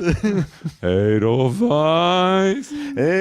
Oh my gosh. Yes, last night when we were trying to go to sleep, these morons were over here singing songs. What was it, The Sound of Music? The Sound of Music. Let's go fly a kite up to the highest height. And Edelweiss, we could only do Edelweiss, and that was it. That's all I knew. But anyway, the Broken Token and their charity for giving us the Cards Against Humanity organizer, along with the Codenames Duet organizer, and CGE for donating Codenames Duet. Codenames Duet. And then, of course, we can't forget Osprey and their incredible donation we had... Don't tell me. I won't tell you. The Lost Expedition was there. Yeah. And Zubal. Sharzad. We get that. Shazam. And Zubal. Amazing. So we had an incredible time. And if I do come back, we will definitely be doing this. It was neat. It was beyond neat. It was awesome. It was neat. But we didn't stop there because... Why we should have. He's going to be so happy. This made his whole freaking Gen Con. No. I thought we were talking about the game. finally, actually, at Gen Con, a gaming convention, sat down and played a real game. Tony had been wanting to play Lorenzo El Magnifico for the longest time. And Rodney, you had never had a chance to play. I wasn't sure if you guys would be wanting to play an old game from a month ago, but I really wanted to play this game, and you guys were jazzed to teach it and get a game of it in. So we met up with our good pal Keith Collins. Mm-hmm. And we went to the BGG hot room. Hot room. It was a little warm. It was a little warm. It was the hot games room. And you gave a great teach of that, Marty, I have to say. Very clearly done. Well, excellent. it's not really a very difficult game. Well, once you get into it. There's a few moving parts there, you did a great job. But I lost miserably. So what'd you think, though? Forget about those points, because it's a Euro game. It's one of those things you need to play once before you can understand what kind of cards are in the game, et cetera. But what'd you think overall? Oh, I really, really enjoyed it. You guys have talked about it before. The engine building in the game is really interesting. There's a lot of gripping your hair and pulling it out as someone takes the spot you desperately needed, and then scrambling to figure out what's the next best thing I can do. And then when you do that, someone else is pulling their hair out. It was a really, really cool game. I think the interesting thing too is you started us in the advanced game, right? You threw me right into the deep end. Oh, well, yeah, because I knew you could handle it. Yeah, and it was just one little thing that was added in, but it just gave all the players a little something extra to work towards. And Keith Collins was what I thought quite far behind. He was way behind, lagging behind with me. But then by the end, he was catching up. And it just made me show, like, where my strategy wasn't working, I probably should have pivoted and done something else. And that, again, more plays will help reveal that to me, I think, as it goes on. But I really enjoyed the game. And Tony, you'd been jonesing to kind of playing a while. Did it still satisfy your Oh, yeah. wants? I enjoyed it. And unfortunately, my strategy failed miserably because I couldn't ever get a point to stop you by doing the production that you were doing. But it began to make me question because someone came up and was talking about, I always do the blue strategy and never lose. That was Jason Levine from the Dice Tower. And I'm just like, really? More plays need to be done on that. The blue, is it that powerful? And I did not get my engine. Here we go. He's going to say it's broken. No, I'm not saying it's broken. I'm simply saying that we need to just see if that's really the case. Now, because my engine was the purple cards tonight. I had cards that were going to let me score victory points on all the purple, but I could never get to the production one which would allow me to score for every purple card you got a victory point. I could never get it to fire off because we were rolling crappy. I mean, we had maybe one high number and the rest were onesies and twosies. Well, see, that's where the blue cards come in. The blues cards can give permanent upgrades to dice. Yeah, I understand that. I understand that. And then by you becoming the first player, you were always in the blue column. And so then you had some cards that just comboed very well and it sucked, but that's okay. I didn't lose as bad as I thought I was going to lose, but yeah, I still really enjoy this game. I still do not mind the excommunication track. What do you think of that, Mr. Smith? It's sort of like, again, that some games have that. You got to feed your workers. You got to do something. So the excommunication track was something else you've got to be mindful of. And I would forget about it from time to time and realize, oh boy, I'm going to get hurt really bad if I don't get that built up. And I did each time. But it is that little extra bit of tension and stress. Here's the thing I want to do over here to get myself points. But here's this other thing that if I don't take care of it, I'm going to lose not just points, but other abilities to perform well later in the game. So it's a nice piece of tension in there. And what I really heard Tony saying in that last piece was just, you won, Marty, but not because of your good play. You were just first. The cards were in your favor. I really feel like that's what he was saying. And Tony, I completely agree. Rebuttal? I thought it was neat.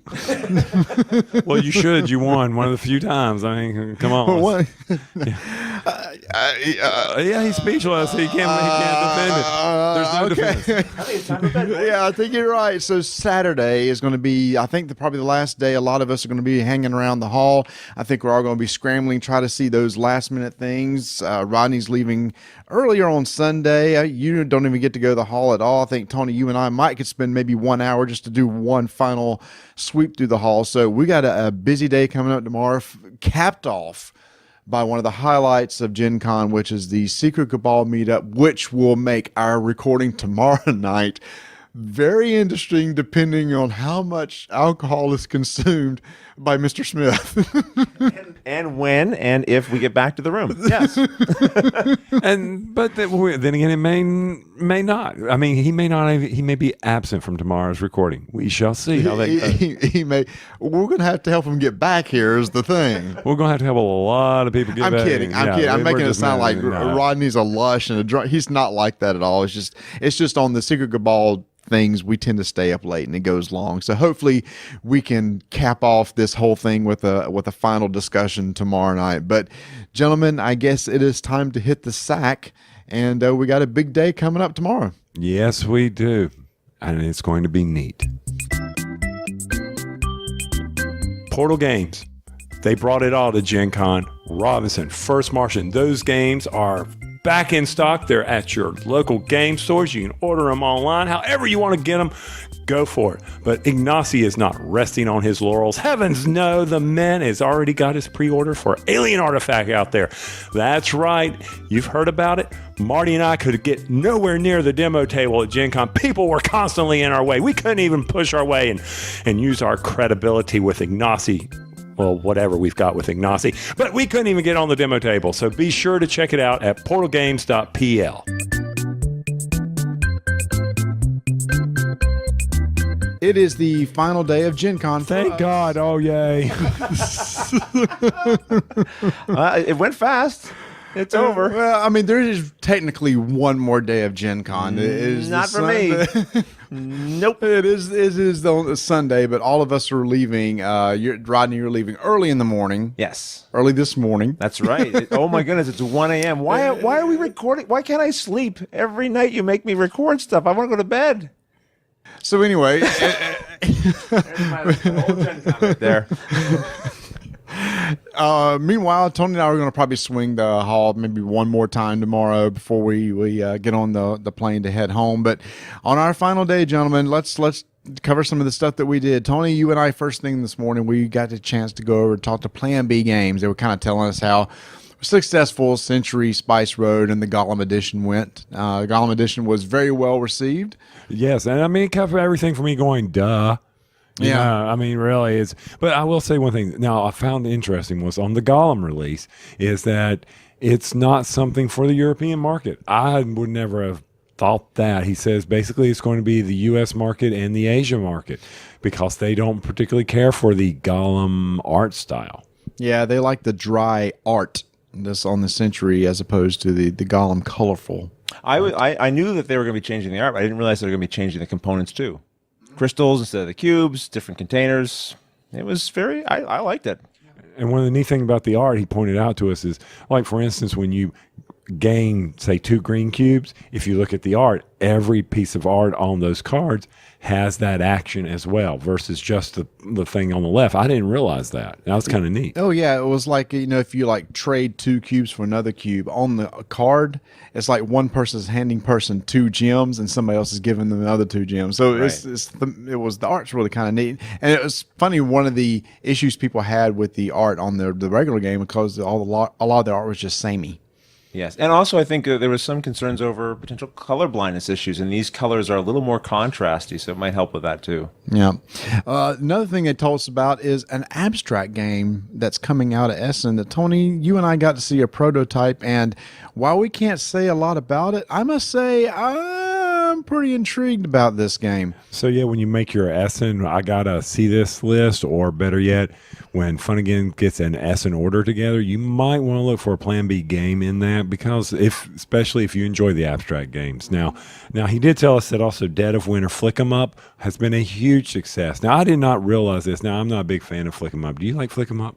Yeah, I enjoyed Flick 'em Up, but maybe you're about to say this. What I didn't realize is this was a cooperative game. That's exactly what I was saying. He's reading the mind. He's tall. Reading your mind, buddy. That's it. So anyway, Dead of Winter, Flick 'em Up, I was like 5-player co-op, and then it's 5 missions are co-op, and then after that, it's not so. But, Flick 'em Up is not a good game for me because it requires dexterity, and I'm sure for Marty, that's not a good game either. Well, that's kind of why I like the co-op part of it, because maybe your dexterity is not so great. You got other people there to help you out. It's not you might be dragging the team down a little bit, but you're not getting beat up by the other players who are better than you are. Let's back up just for a second. Oh, yeah? What do you mean? What are you questioning my dexterity? Don't we always question you? It wasn't that pointed out in other shows or with other people that your dexterity was a challenge? Or was it speed or was it memory? Somebody, don't you remember? Both. I don't know. It was the whole Dutch Blitz thing, but... Oh, yeah, right. I hate you guys. Anyway. After that, are you done with Plan B? From Plan B, checking my notes here. Yeah, I must say, Tony was really well organized during this entire convention. Where every place we went to and every person we talked to, he has notes, and he has a very well established and written notebook over here with a bunch of little things, talking points, and information about games coming out. Meanwhile, I'm just going off the top of my head over here, which is probably not the best way to do it. No, that's it from Plan B. I mean, I did get to go by and I did see Emerson, congratulated him again, and he is still he's just flabbergasted the success of Century. He's really excited about it. He's got some other things in the work that we can't talk about, so it'll be interesting to see what he's got coming up. A little editing there. I'll nudge you if I want to say something. So Tony put the mic in front of Rodney, and Rodney just kind of shook his head. Well, I just want to make sure in case something brilliant comes out of his mouth, the mic is there to capture it. So maybe you shouldn't really have to worry about that because not a lot of brilliance come out. Hold on now, easy. Although I have to admit, I have had some less than brilliant moments during this trip. We were all supposed to be having a little get together to go see Games Workshop, and we all got together. We were all at the booth, and we said, "Well, let's go somewhere a little quieter. We can get away and have a chat." And so we did. Then I got a text a little while later from Marty going, "Where you guys at?" And we totally forgot about Marty. That wasn't the only time that happened either, was it, Marty? So another thing that happened on Saturday was Tony and I got to go to the Dice Tower booth. Yes, we sure did. And this was where Somebody.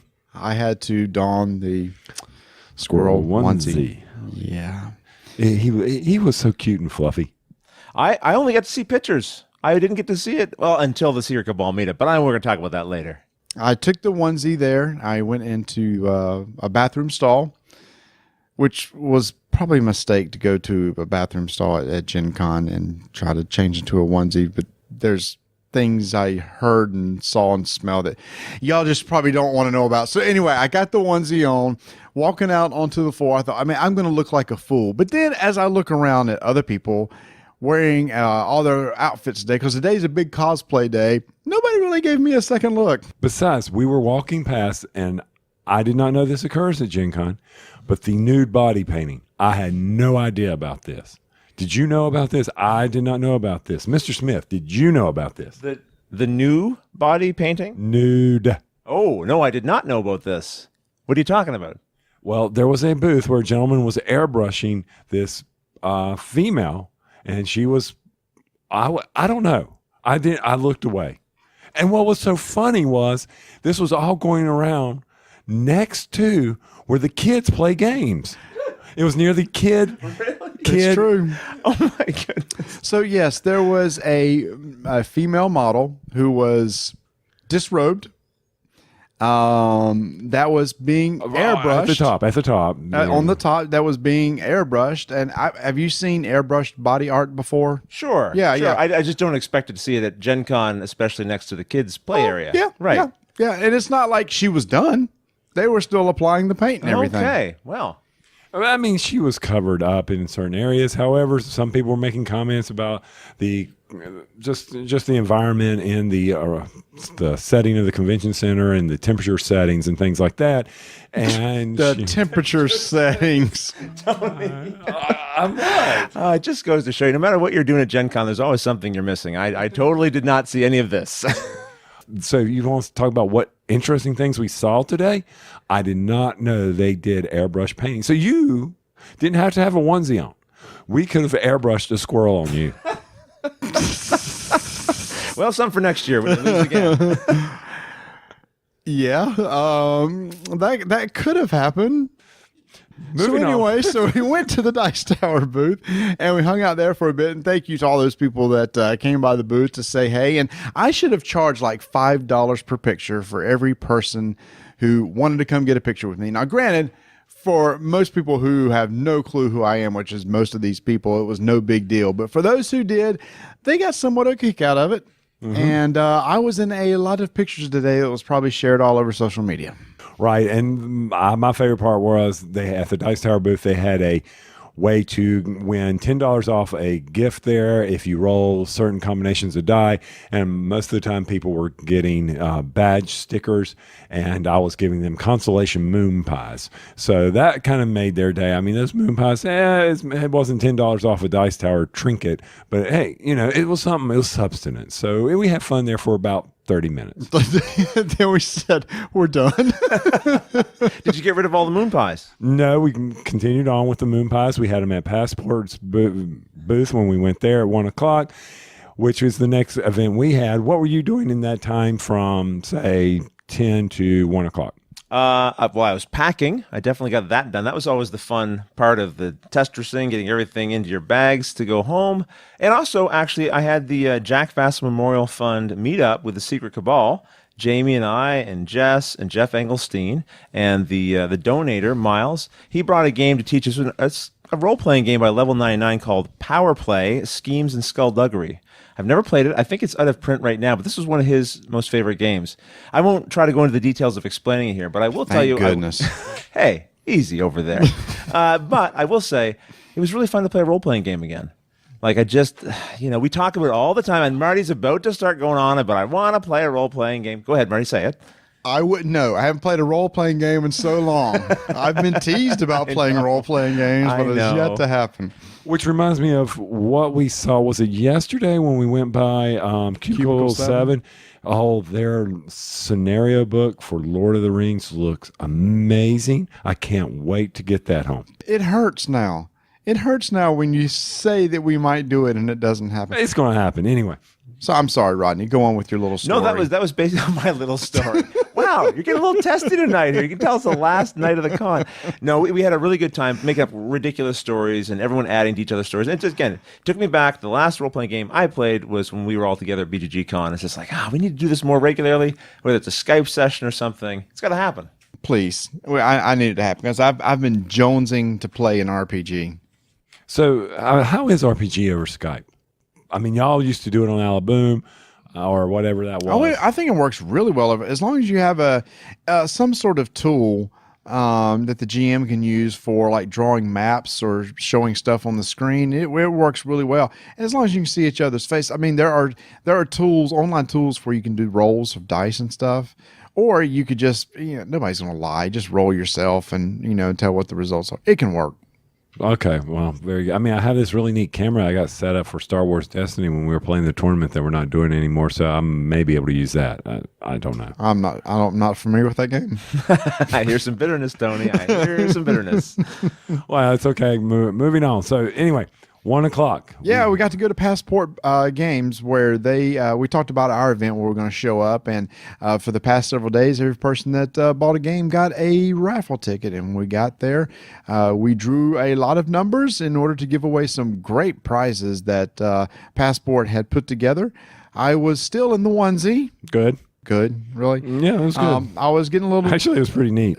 It was getting a little warm. I was about ready for this event to be over with. That's where we got rid of a majority of our moon pies. We were chunking a lot of moon pies at this event. A lot of people came by. Thank you so much for coming by. Thank you so much to Passport Studios for having us and sponsoring this little event. And Tony and I cannot wait to get home and try Citadel's of Time. That was a hot game for them. They sold out. Couldn't keep it around. Their second biggest selling game was Skyward, which Tony and I enjoyed. So it's really great to see what Scott Morris has done with Passport since he's come on board, trying to turn that studio around and come out with some really quality games, and he's doing pretty good so far. And while we were there, one of the things I did get to talk to him about the new game, the Terminator game, 2029, I think, T2029. T20229998 222929. So basically a co-op game. You're trying to get John Connor to Skynet while fending off the hordes of the Terminators to come in, and it's based on the dice action that you can see out there and how you play those. Got a high level overview of it, still in prototype. While it was, sitting there in prototype, you kind of wonder what's really going on here. Being co-op, I'm going to be interested in looking at anything co-op. So I love the Terminator series, so I'll be watching that one. That was a interesting part from Passport. I was so happy that that he had so many raffle tickets in that box for us to go through to try to find winners. That was amazing. So that was sarcasm that you just heard? No, that was not. That was great. That was very much sarcasm, because what happened was people tend to forget about these little raffle events.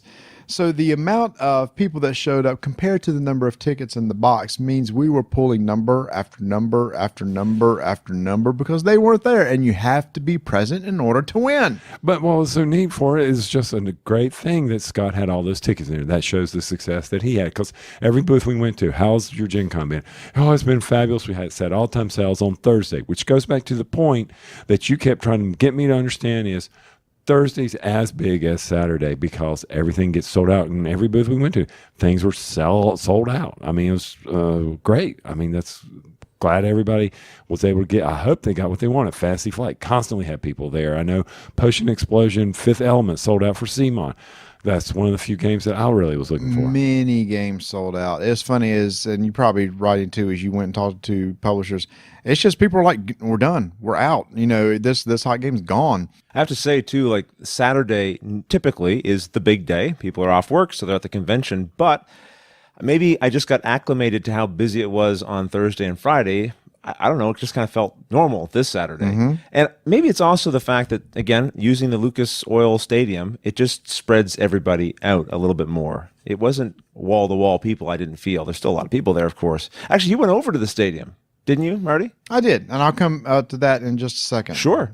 We don't have to talk about it now. We can talk about it later. Yeah, whatever's on your schedule over there, Mr. Relax. Go ahead, Marty. Tell us what we're talking about next. Yeah, I'm actually almost lying down on the bed at this point. His eyes are almost closed. So we need to hurry this thing and keep rolling dice. And taking names. Goodbye, everybody. No, okay. So Tony and I split up for a little bit and was kind of looking around doing our own thing. Tony, did you happen to see anything during that time? Oh, I saw tons of stuff. I went back to the nude body pic. No, I'm kidding.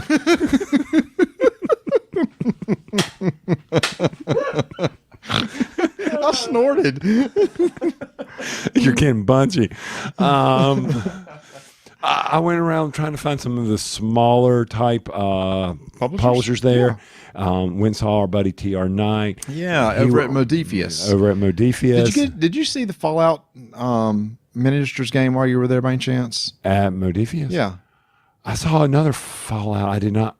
And yes, I did. That was the same. I was like, oh, that's Fallout. And I didn't realize. Yeah, I was talking to Matt Evans from Board Game Replay, and he said he spent a little bit of time with it. He said it looks like a pretty interesting little system they have going there. So I'm kind of curious because that'll be a big IP they have for them. So I'm curious to see how they do in the miniatures realm when mainly they're kind of an RPG. Yeah, and they were doing great on the Star Trek RPG adventure that they had there. They've been selling out through that pretty good. I saw that you went and got a copy. Yes, we I ain't did. playing it till we play Lord of the Rings. Either way? No, it's not either way. Okay. We ain't playing it till we play Lord of the Fine, Rings. well, that's fine. By the time I get that one, I'll be good enough to play Star Trek because it deserves the quality. Oh, Lord. All right, so the next thing we did was we went to Z-Man and spent some time with them where I got to see, in all of its glory, Gia Project. I saw it. Like opened up and on the table? Oh, they're demoing it. Oh, all I saw was the box. Oh, no, you missed it. They're demoing it. People were sitting there playing the game. Oh, I should have come back to the hall. It was phenomenal. I just said, for those who may not have heard, Terra Mystica is my favorite game of all time. And so this going into space and being streamlined and tweaked a little bit, I was just so excited. So they're telling us about that. That's an Essen release. We're talking about a lot of the things that maybe we're going to be getting ready to come out of Essen. Now, one that sounded really cool, Tony, was it Majesty? Majesty. Oh, that looks so cute. Yeah, it's this little card game, and I can't explain the mechanics of what exactly was going on. We were trying to get workers that goes into your village, and it was like almost a little engine building type game, but it seemed kind of, he said he expects, the person we were talking to expects to be nominated for like a Spiels next year. Yeah.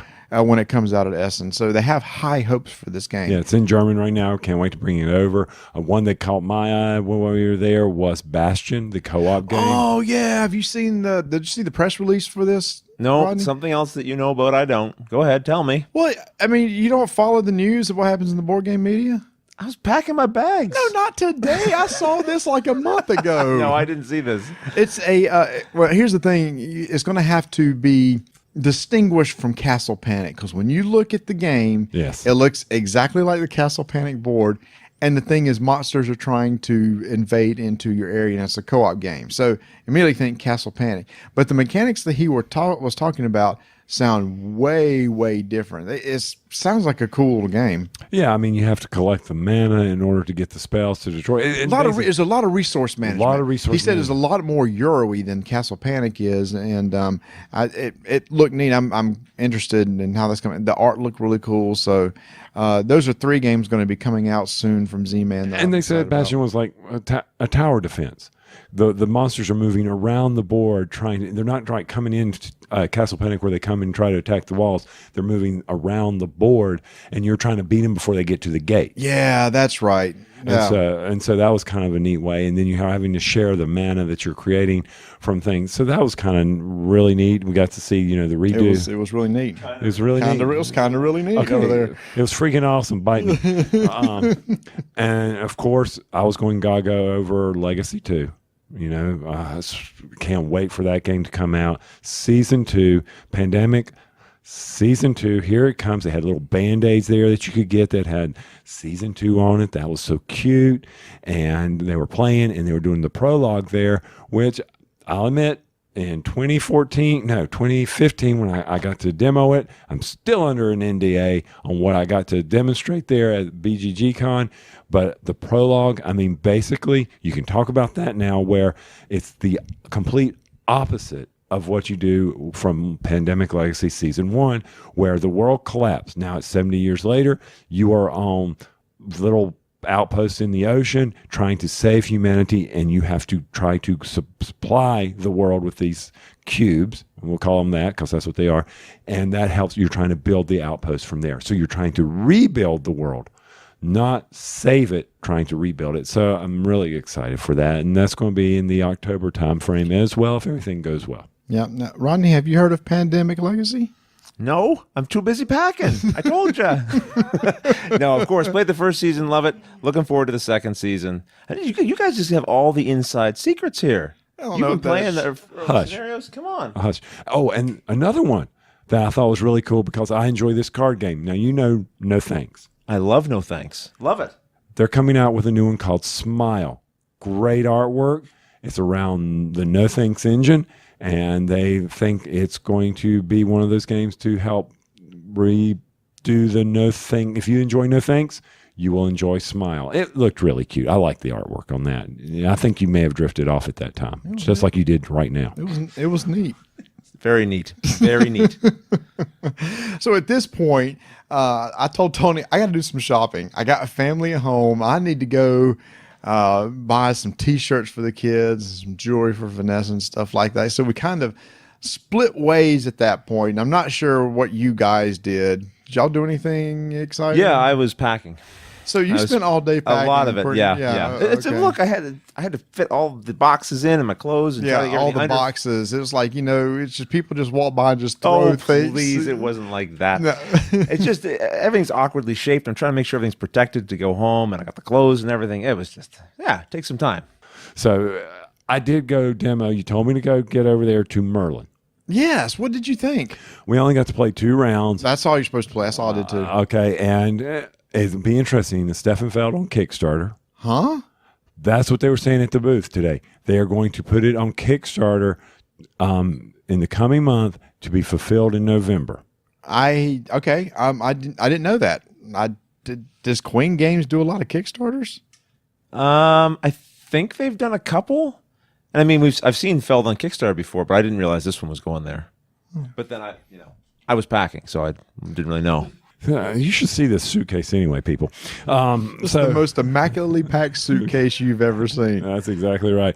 But yeah, and what was so funny was I was demoing this game with these people, and I kept looking at them, and I'm thinking, I've seen you guys. Where have I seen you? So last year at Origins, when I was at the Portal booth demoing Crazy Cards, they did the demo with me. I taught them Crazy Cards. It was the exact same people. It was hilarious. It was so neat to see them. Oh, Lord. But anyway, I also say anyway too much. I know he edits that out. So, but I edit so a lot too out of here. Yeah, so it was just beyond neat. And anyway, as I was saying, I enjoyed Merlin. I thought that this would be definitely one of those games, Castles of Burgundy. If you love Castles of Burgundy, then you got to take a look at this. Why? Because that's dice? Just it's got the, I don't know.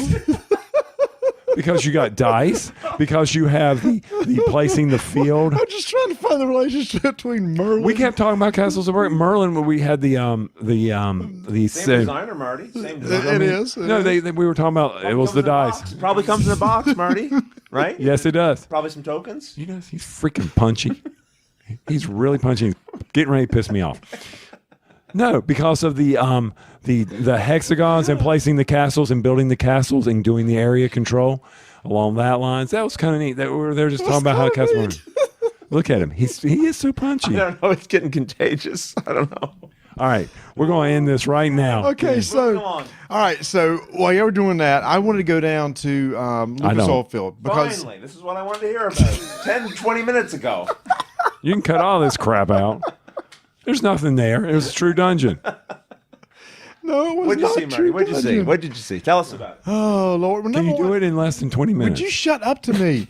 So Shut up to me. I didn't realize that from the back of the convention center, you can get to Lucas Oilfield. You can go underneath the street. Really? You thought didn't know that? No, I didn't know that. Did you not do that earlier? Oh Lord, I thought you'd have to go outside. So we went underneath the street, and you actually went. Where are you going? He put down on the mic and just walked away. I'm still here, Marty. Continue, is please. I'm going very on? interested. Oh, geez.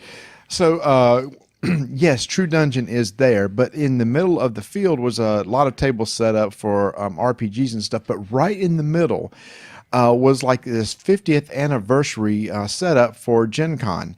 And what they did was they kind of reset up the first place that Gen Con was ever held.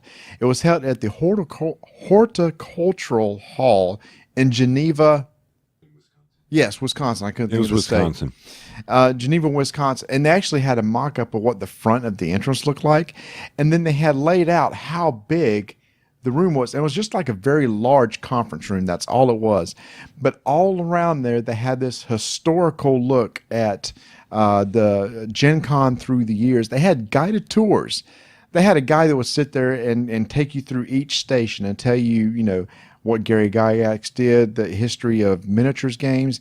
And let me tell you, the history they had in those cases was amazing. They had programs from Gen Con 1, 2, 3, 4. They were all typed up and everything. They had early written copies of D&D. Gary Gygax handwritten notes for D&D, some of his character creations, some of the maps that he drew out.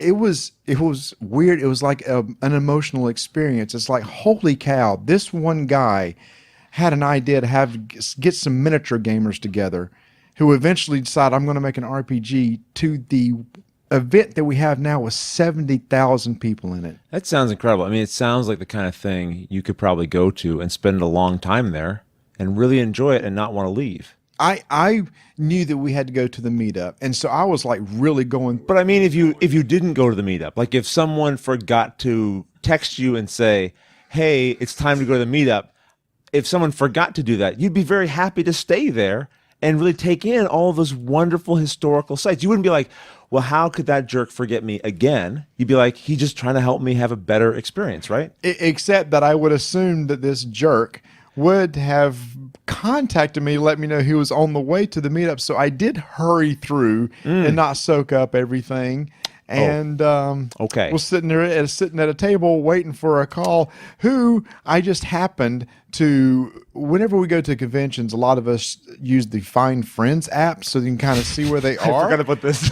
And so I pulled up the Find Friends, and what do I see on the map is a little dot with RS initials heading towards the meetup and away from Lucas Oilfield, where I was waiting for him to meet me. I'm really sorry about that, Marty. I don't know how I did it twice. I did do it twice. But you got to the meetup before everything started, and you got to spend extra time in that awesome cavalcade of history of the Gen Con. I really like that word, cavalcade. I'm working here. I'm digging myself a ditch.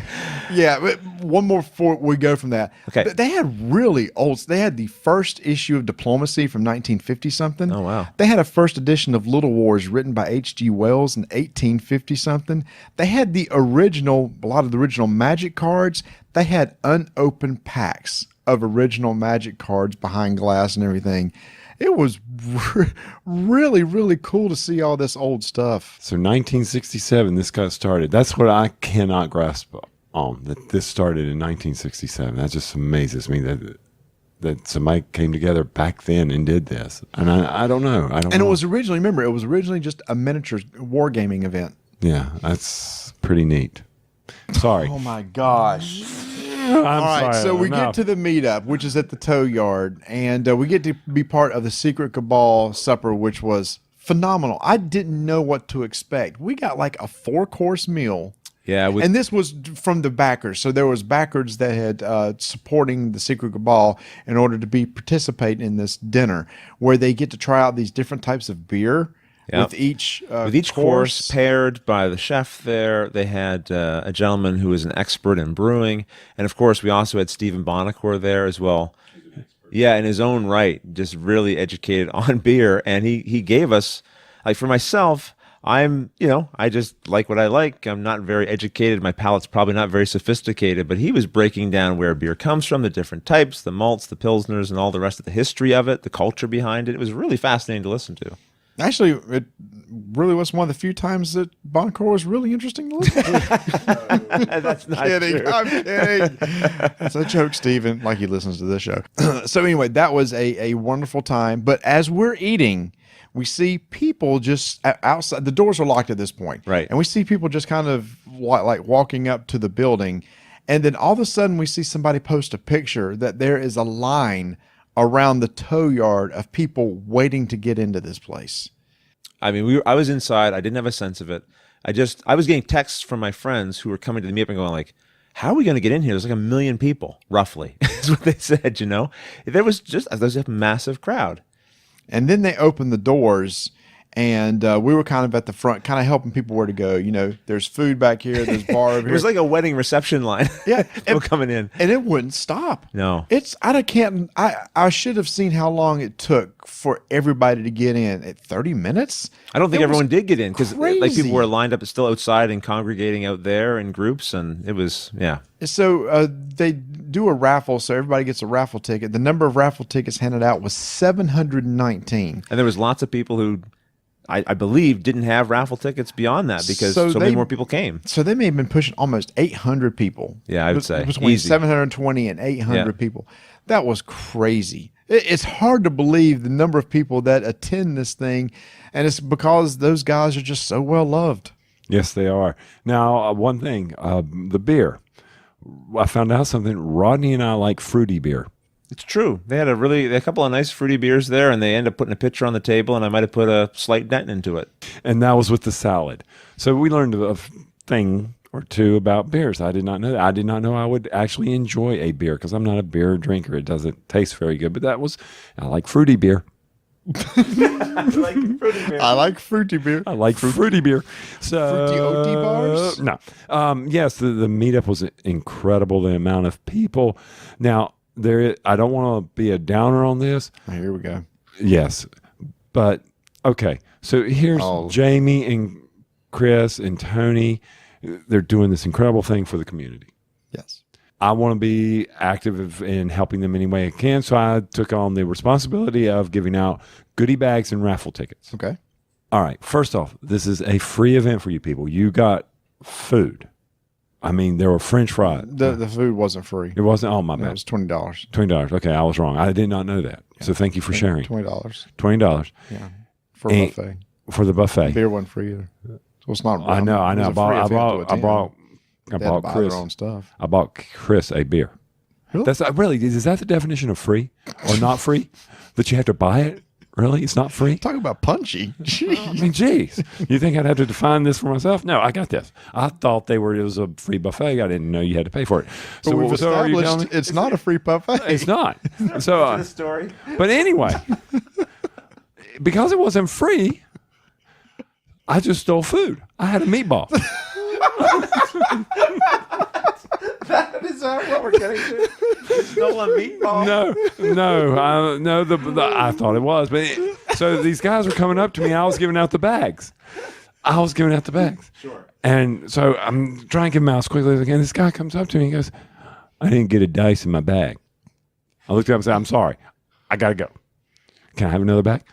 I gotta go. Let's keep going." And then it was just a thing where I'm like, okay, here's some raffle tickets. I had guys chasing me down trying to get raffle tickets, and then I had a guy who I gave him a raffle ticket. Then I saw him go up to Bender and get another raffle ticket. Uh-oh. Exploit. I know. Game in the game. Yeah. I got to say, though, everyone there, like everyone I encountered, super nice. every time. Oh yeah, there's a couple. Let me tell you a jerky story that happened. I saw today. I was walking by the FFG booth. Yeah. And they have the line set up so that you can do the wraparound the serpentine lines, and they've got what's the official term for those little turnstile things that you set up the lines? There's a name for those. I call them. Anyway, there's a name for Cal. Some. So there was an FFG shirt that was draped over it, and I thought, oh man, somebody left their FFG shirt. Hopefully they'll come back and get it. Right as I walked by, this guy and his friends walked by. Saw, hey guys, look, here's a free shirt. You guys want a free shirt? They went, no. He said, well, I'm going to take it. He picked it up. I just looked at him. I said, you're going to steal a shirt? Oh, good for you. And he just kind of looked at me and then kind of looked away and walked on. I went, it just really irritated me. And instead of like turning it in, and I guess I should have picked it up and turned it in. I guess I was thinking, oh, I'll just leave it here. Somebody will come back and get it. I wasn't expecting the idiot behind me to go, try to oh, take look, it. free shirt. And I'm taking it. Well, good for you speaking up. Anyway, I'm sorry. Sorry. Are you done? I'm done. Okay. Meetup, incredible. Great times. We had some strike going I on. wish when you'd stolen that meatball, I'd spoken up. I wish I had known it wasn't free. You're an inspiration, Marty. Next time I'll speak up when I see him taking a meatball. Yeah, justice. Yeah. I didn't know. I was always I wonder what those taste like. So I had a meatball. I'm bad. Rodney got to experience playing dice in a bowl tonight. He got to step up to the big leagues. Oh, don't call it the big leagues. So we had some proper strike boxes there, and we were playing. And you had your dice in a bowl, and Christine and I were like, okay, let's go over and try this pathetic bowl dice thing. And it was, well, I won, so I kind of liked it a little bit. It was neat. But it was hard. It was hard. They're bouncing out a lot easier. Yep. And it's a tapered bowl, so all of them just kind of slide into the middle. Yep. It's not the same as an arena with gladiators. And there was no sponge in the bottom of them. It was dice in a bowl. But from now on, it is not. It is an arena, and those are gladiators. It is for the next year. It is gladiators in the arena.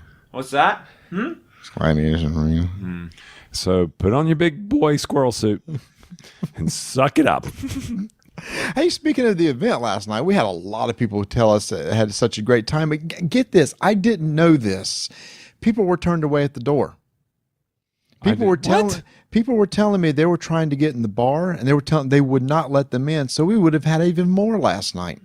I did not know that. I didn't know it sorry. either. Because people say, oh, we really wanted to come in and help out, but they wouldn't let us come in. They said they were at capacity and they wouldn't let any more come in the door. I thought that was really cool. A lot of people said they really enjoyed the event, so I'd love to be able to do it again. And we may have to find some little bit bigger place that can actually handle it, because I've got to get rid of this gladiators in an arena crap that I've got to save for the following year. And we'll see how it goes. And they'll probably revisit, and we'll get to be gladiators in arena for another year.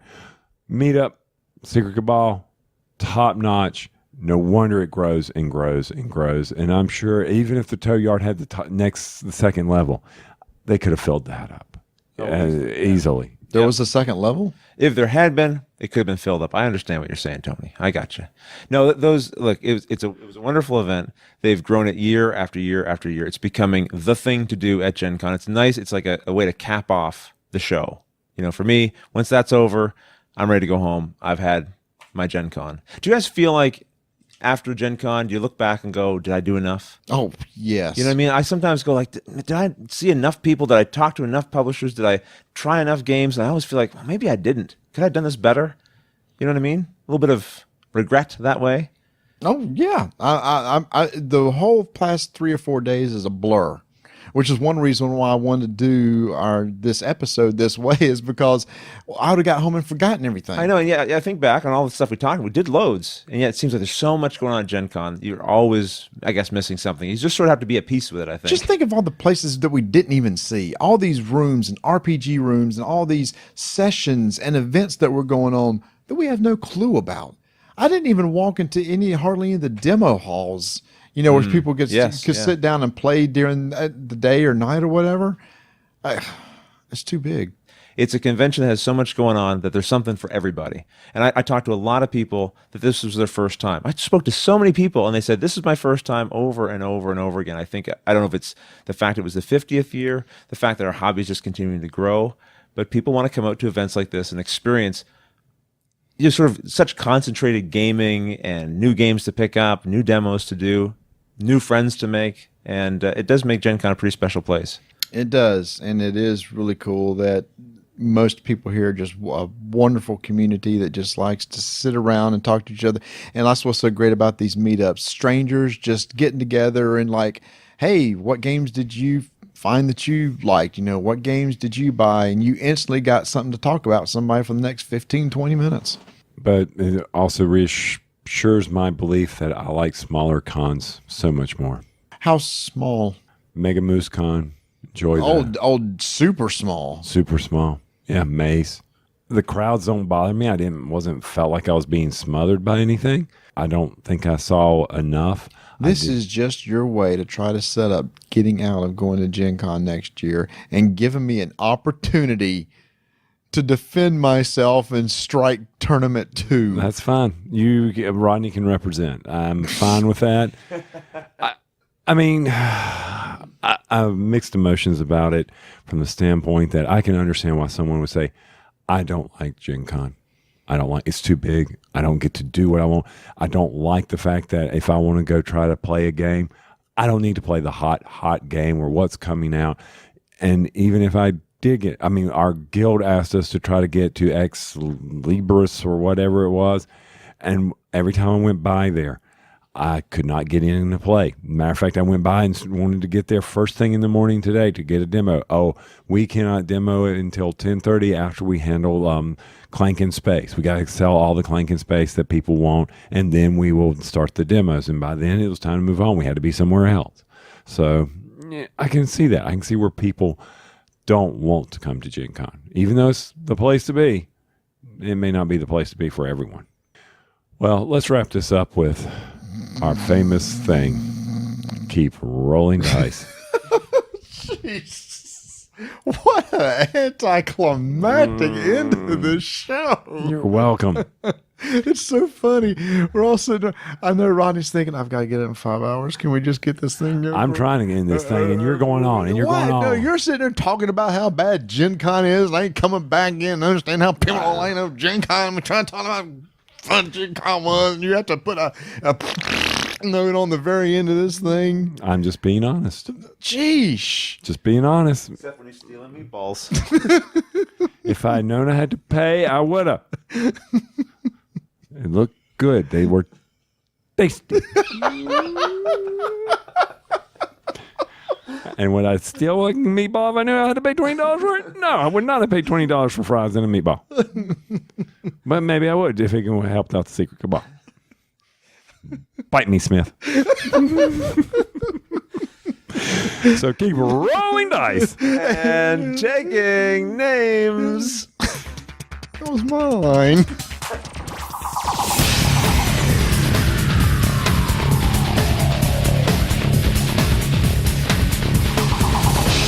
Join us next episode when Ignacy Chevicek of Portal Games tells us all about his brand new game, Alien Artifacts. And don't forget to join our BGG Guild 1589 for our weekly polls.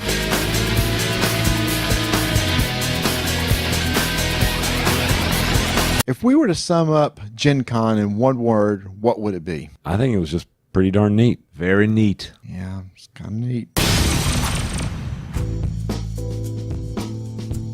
So, anything from Gen Con pique your interest? If so, be sure to check it out at funagain.com because Nick has it there. He's waiting on you. He wants to take your money for Gen Con, but don't spend it all, people. My gosh, no, because Essen is right around the corner. And Marty and I learned at Gen Con, there are a bunch of games that are going to be coming out at Essen that you need to save a little of that hard-earned cash and definitely take advantage of those pre-order system at funagain.com.